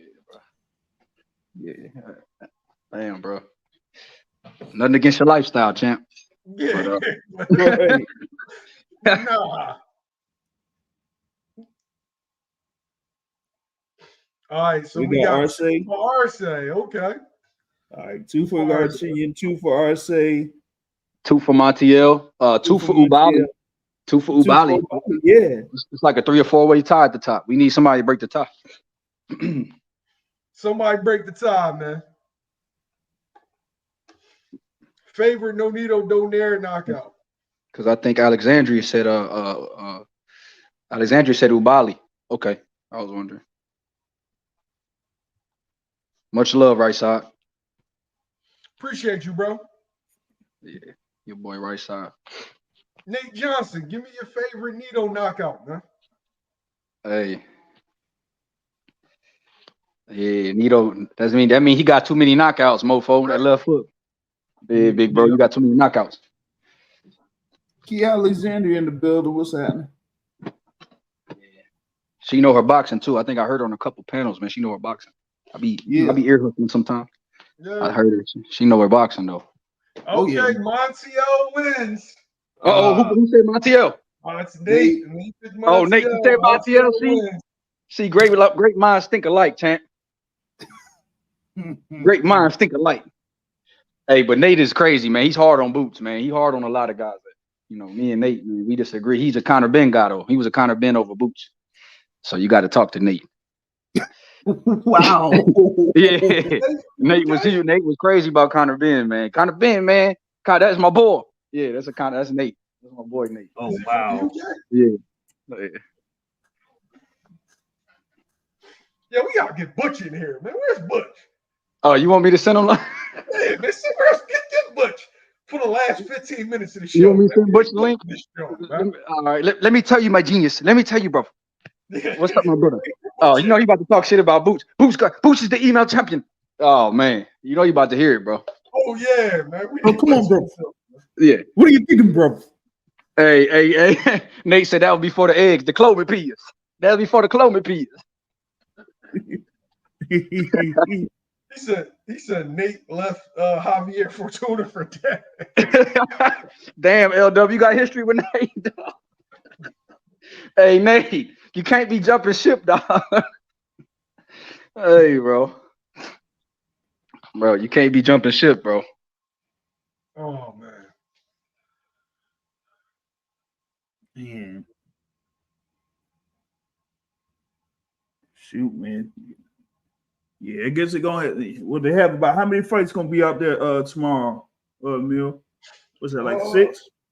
Yeah, it's about 6. It's the Split T Showcase. First off, I think this is a great idea by Dave McWhorter. Really, really smart, keeping your fighters active.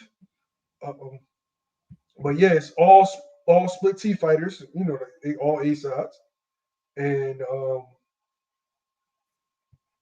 yeah, we got Haven Brady, O'Shea, Shea Jones, Sharpshooter back.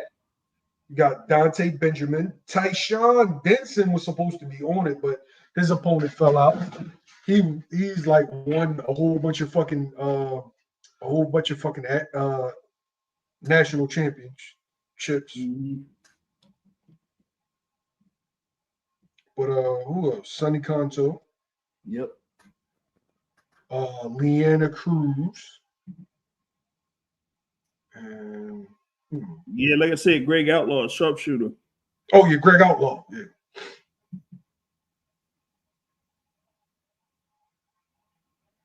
Yo, the crazy thing is Leanna Cruz has no amateur fights. Man. Yeah, no, she has no amateur fights. Literally. She's just like an athlete.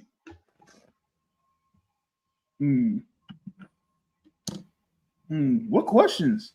What questions you got? What questions you got about Haven? Haven like 21.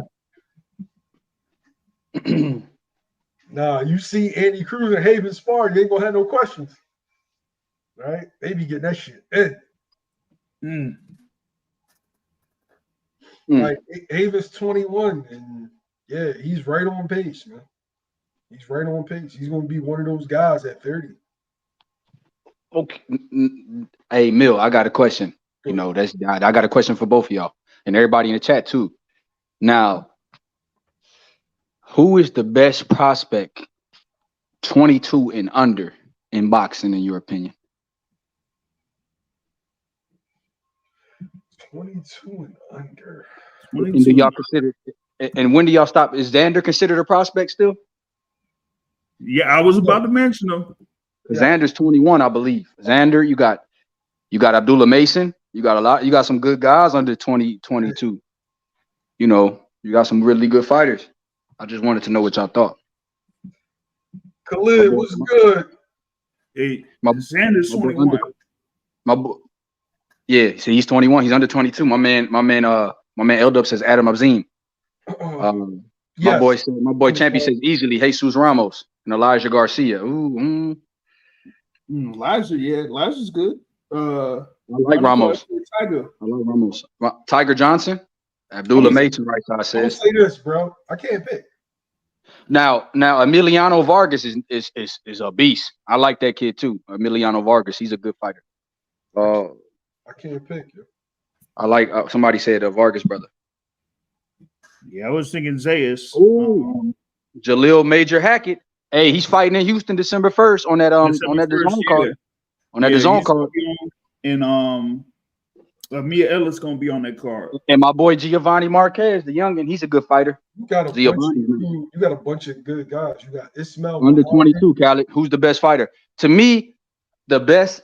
Okay, I would say. Are we gonna say most talented or best? Okay, to me, I would go with Abdullah Mason or. I can see that. Abdullah Mason or Xander, because they just seem so poised in that muff. Like, but I like Abdullah Mason. I think he's a little different. It all depends on what you call. Somebody put Carmel. Carmel is solid too. Abdullah Mason. I got another one. That's under 22. Good. But I don't know if you call him a prospect, but he certainly ain't. Floyd Schofield. Oh, okay. You talking about Kid Austin? I like that kid. He good. Yep. He good. I like him too. Now, do you think he's better than Abdullah? Right now, I gotta see Abdullah in another fight. I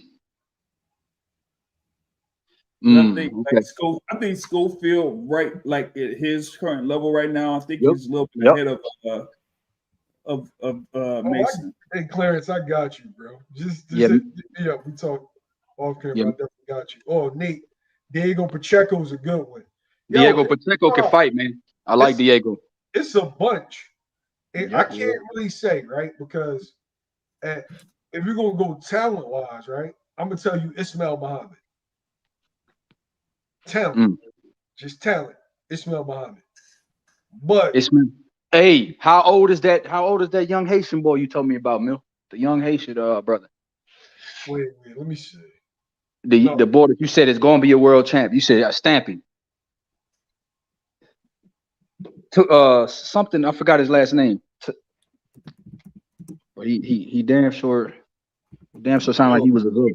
We naming a lot of young cats. Blast is 23. Okay. Now Shoo's 26, champ. Shoo's 26 undercard. Richard Torres is what, 22? Is Richard Torres under 22? Hey, I fuck with Richard Torres. Undercard. Brill is 24 now. Oh, okay. Okay, Brill. I didn't know Brill was 24, Mil. Damn. I didn't. Ashton Sylvie's nice. Torres is 24. Okay, Torres is a little bit older, so he's older than 22. Okay.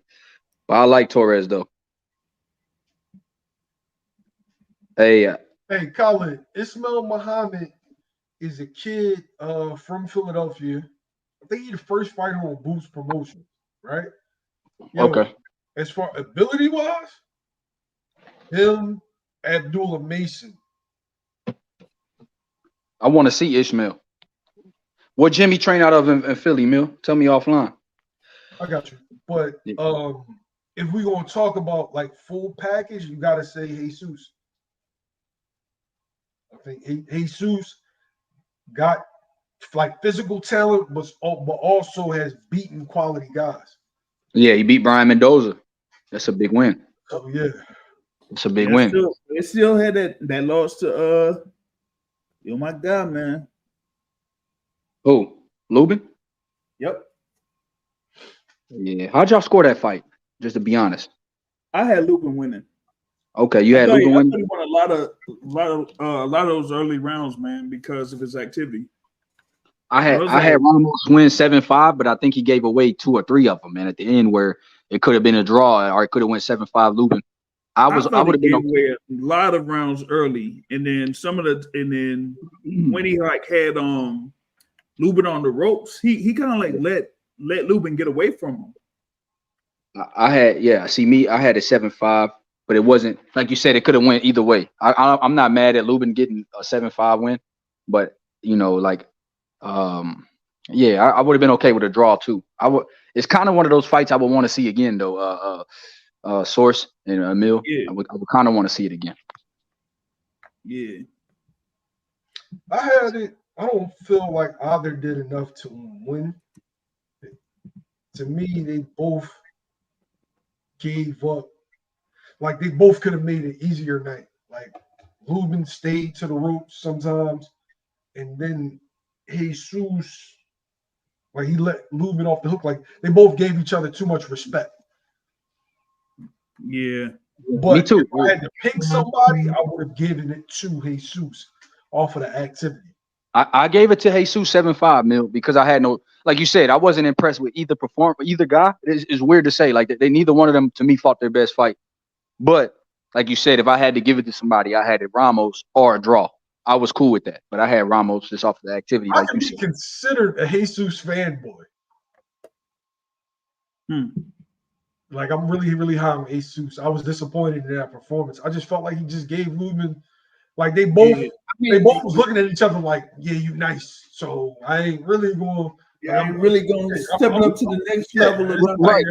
You can hurt me. I mean, like like Lubin was like boxing, like he was fighting off his back foot and boxing, but he wasn't like, he was like on the same pace for like the whole fight, pretty much. Facts. And you know what? To me, he scored every time he threw a double jab. It was weird. Hey, Source, it was weird. Every time he jabbed to the body, jabbed to the head, he scored. I mean, yep. But like you said, it was the same pace. Every round damn near looked like the same round, except for the last three. Like all the way up until round 9, it was the same story in every round. Yep. That's why I like felt at the time like Lubin was like just racking up rounds because he was just going with that double jab, moving off his back foot and staying off the line of Ramos. Like Ramos was just resetting the whole time coming forward. He wasn't even coming forward that much. It was only like when he pretty much like had Lubin pinned to a corner or to the ropes. That's when he like really, threw a series of punches. But outside of that, he really didn't throw that much. Hey, Doug. Exactly, Khalid. Cool. I got you. I'm about to pack it in. We got 5 more minutes because I'm starting to get tired. I've been at weigh-ins all day, at gyms all day. Then when the boots news like broke, then I had to double back and then redo interviews that I did. Yeah. Oh, hey, with the news coming out, you had to redo some interviews before you dropped these the ones you had in the chamber. Yeah. Listen, I literally did a whole bunch of interviews before, right? I interviewed Tiger Johnson and like I interviewed people at the weigh-in. And then as I'm at the weigh-in, literally I get a text from Mr. Mosey. And he sends me, I'm like, oh shit. Like now I'm looking around like who's here? You know what I'm saying? But now I got to go in. I did an interview with Greg. I had to delete. They come back and do another one with him because that interview timed out. Like it was. Whew. Hey, Greg is gonna do his. Hey, now Source, I need you to ask your boy Gary Antoine more about my boy Subriel Matias. Yeah, there's been some trading words like Matias said he'll body him. Yeah. I gotta talk to Antoine direct on that. And Antoine said he's a rock'em sock'em robot, so I need to hear some. He said Slim ain't really like that. He said Slim is like a rock'em sock'em. But to be honest with you, and Mill could attest to this, right? Because this comes like from before he fought Kent Cruz. Yeah. Like up to that point, like Antoine really didn't like mention Matias like that. He wasn't really talking about Matias. He'll talk about a lot, like a number of other fighters, but Matias. A lot of people don't. When he was interviewing with Mill's homeboy George, he had to watch film on him. The boy was like, look him up. He was like, oh yeah, I seen Slim. He said, I forgot who he is. And so yeah, he was like, yeah, but he's a rock'em sock'em. He said he's not defensively responsible. So yeah, I want to see what he says about him. Because Matias was asked about him recently and was like, bro, he said I F him up basically. So I want to see what Gary Antoine says back. Hey, yo, I'm gonna say this, right? I know for a fact that there's a certain group of fighters that don't watch boxing. Like you got dudes that watch boxing, you got dudes that watch every fight, and you got dudes who are actually really good that they don't watch current boxing. They'll watch old shit. But you'll ask them like, yo, you saw such and such fight? And they be like, who? Who's that? I don't know who that is. Right? Hey, Alexander. I'm not surprised if Gary Antoine legitimately didn't know who Matias was. He probably but you know when he didn't know who he was. When he saw him, he said, "Yeah, I was at that fight." He said he was there with the Malik Hawkins joint or something. He said he was there with that one, or he said he saw him fight on one of the cards that he was at too. So he said he remembered him, and once he looked at it, he said once he saw him on tape, he's like, "Oh, I remember, dude."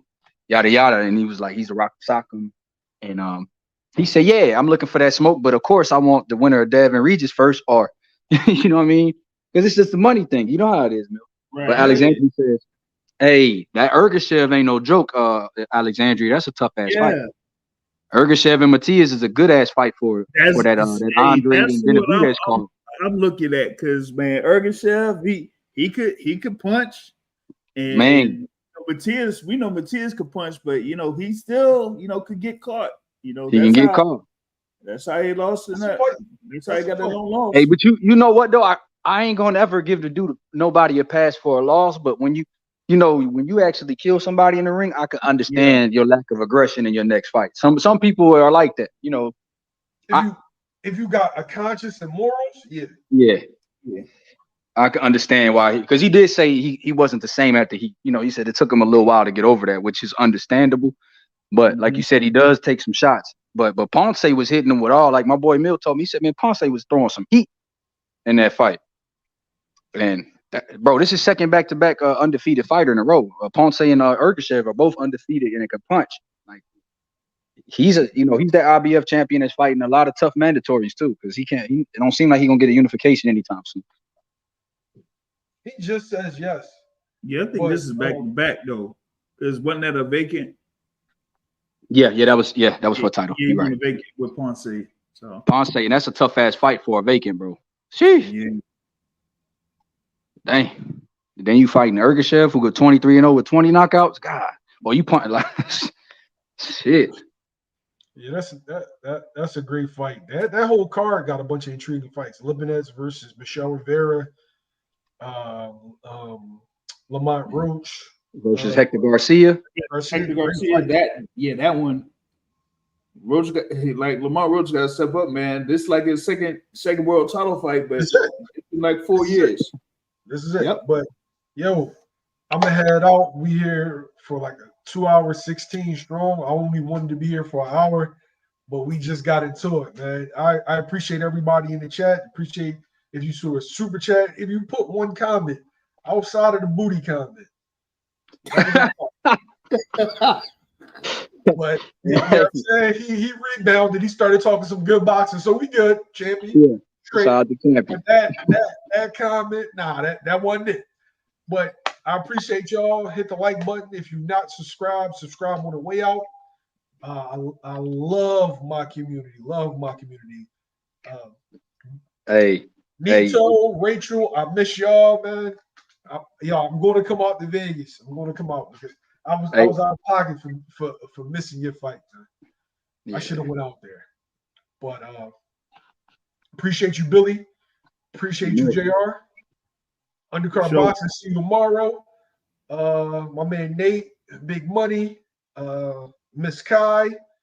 Love y'all, man. We out.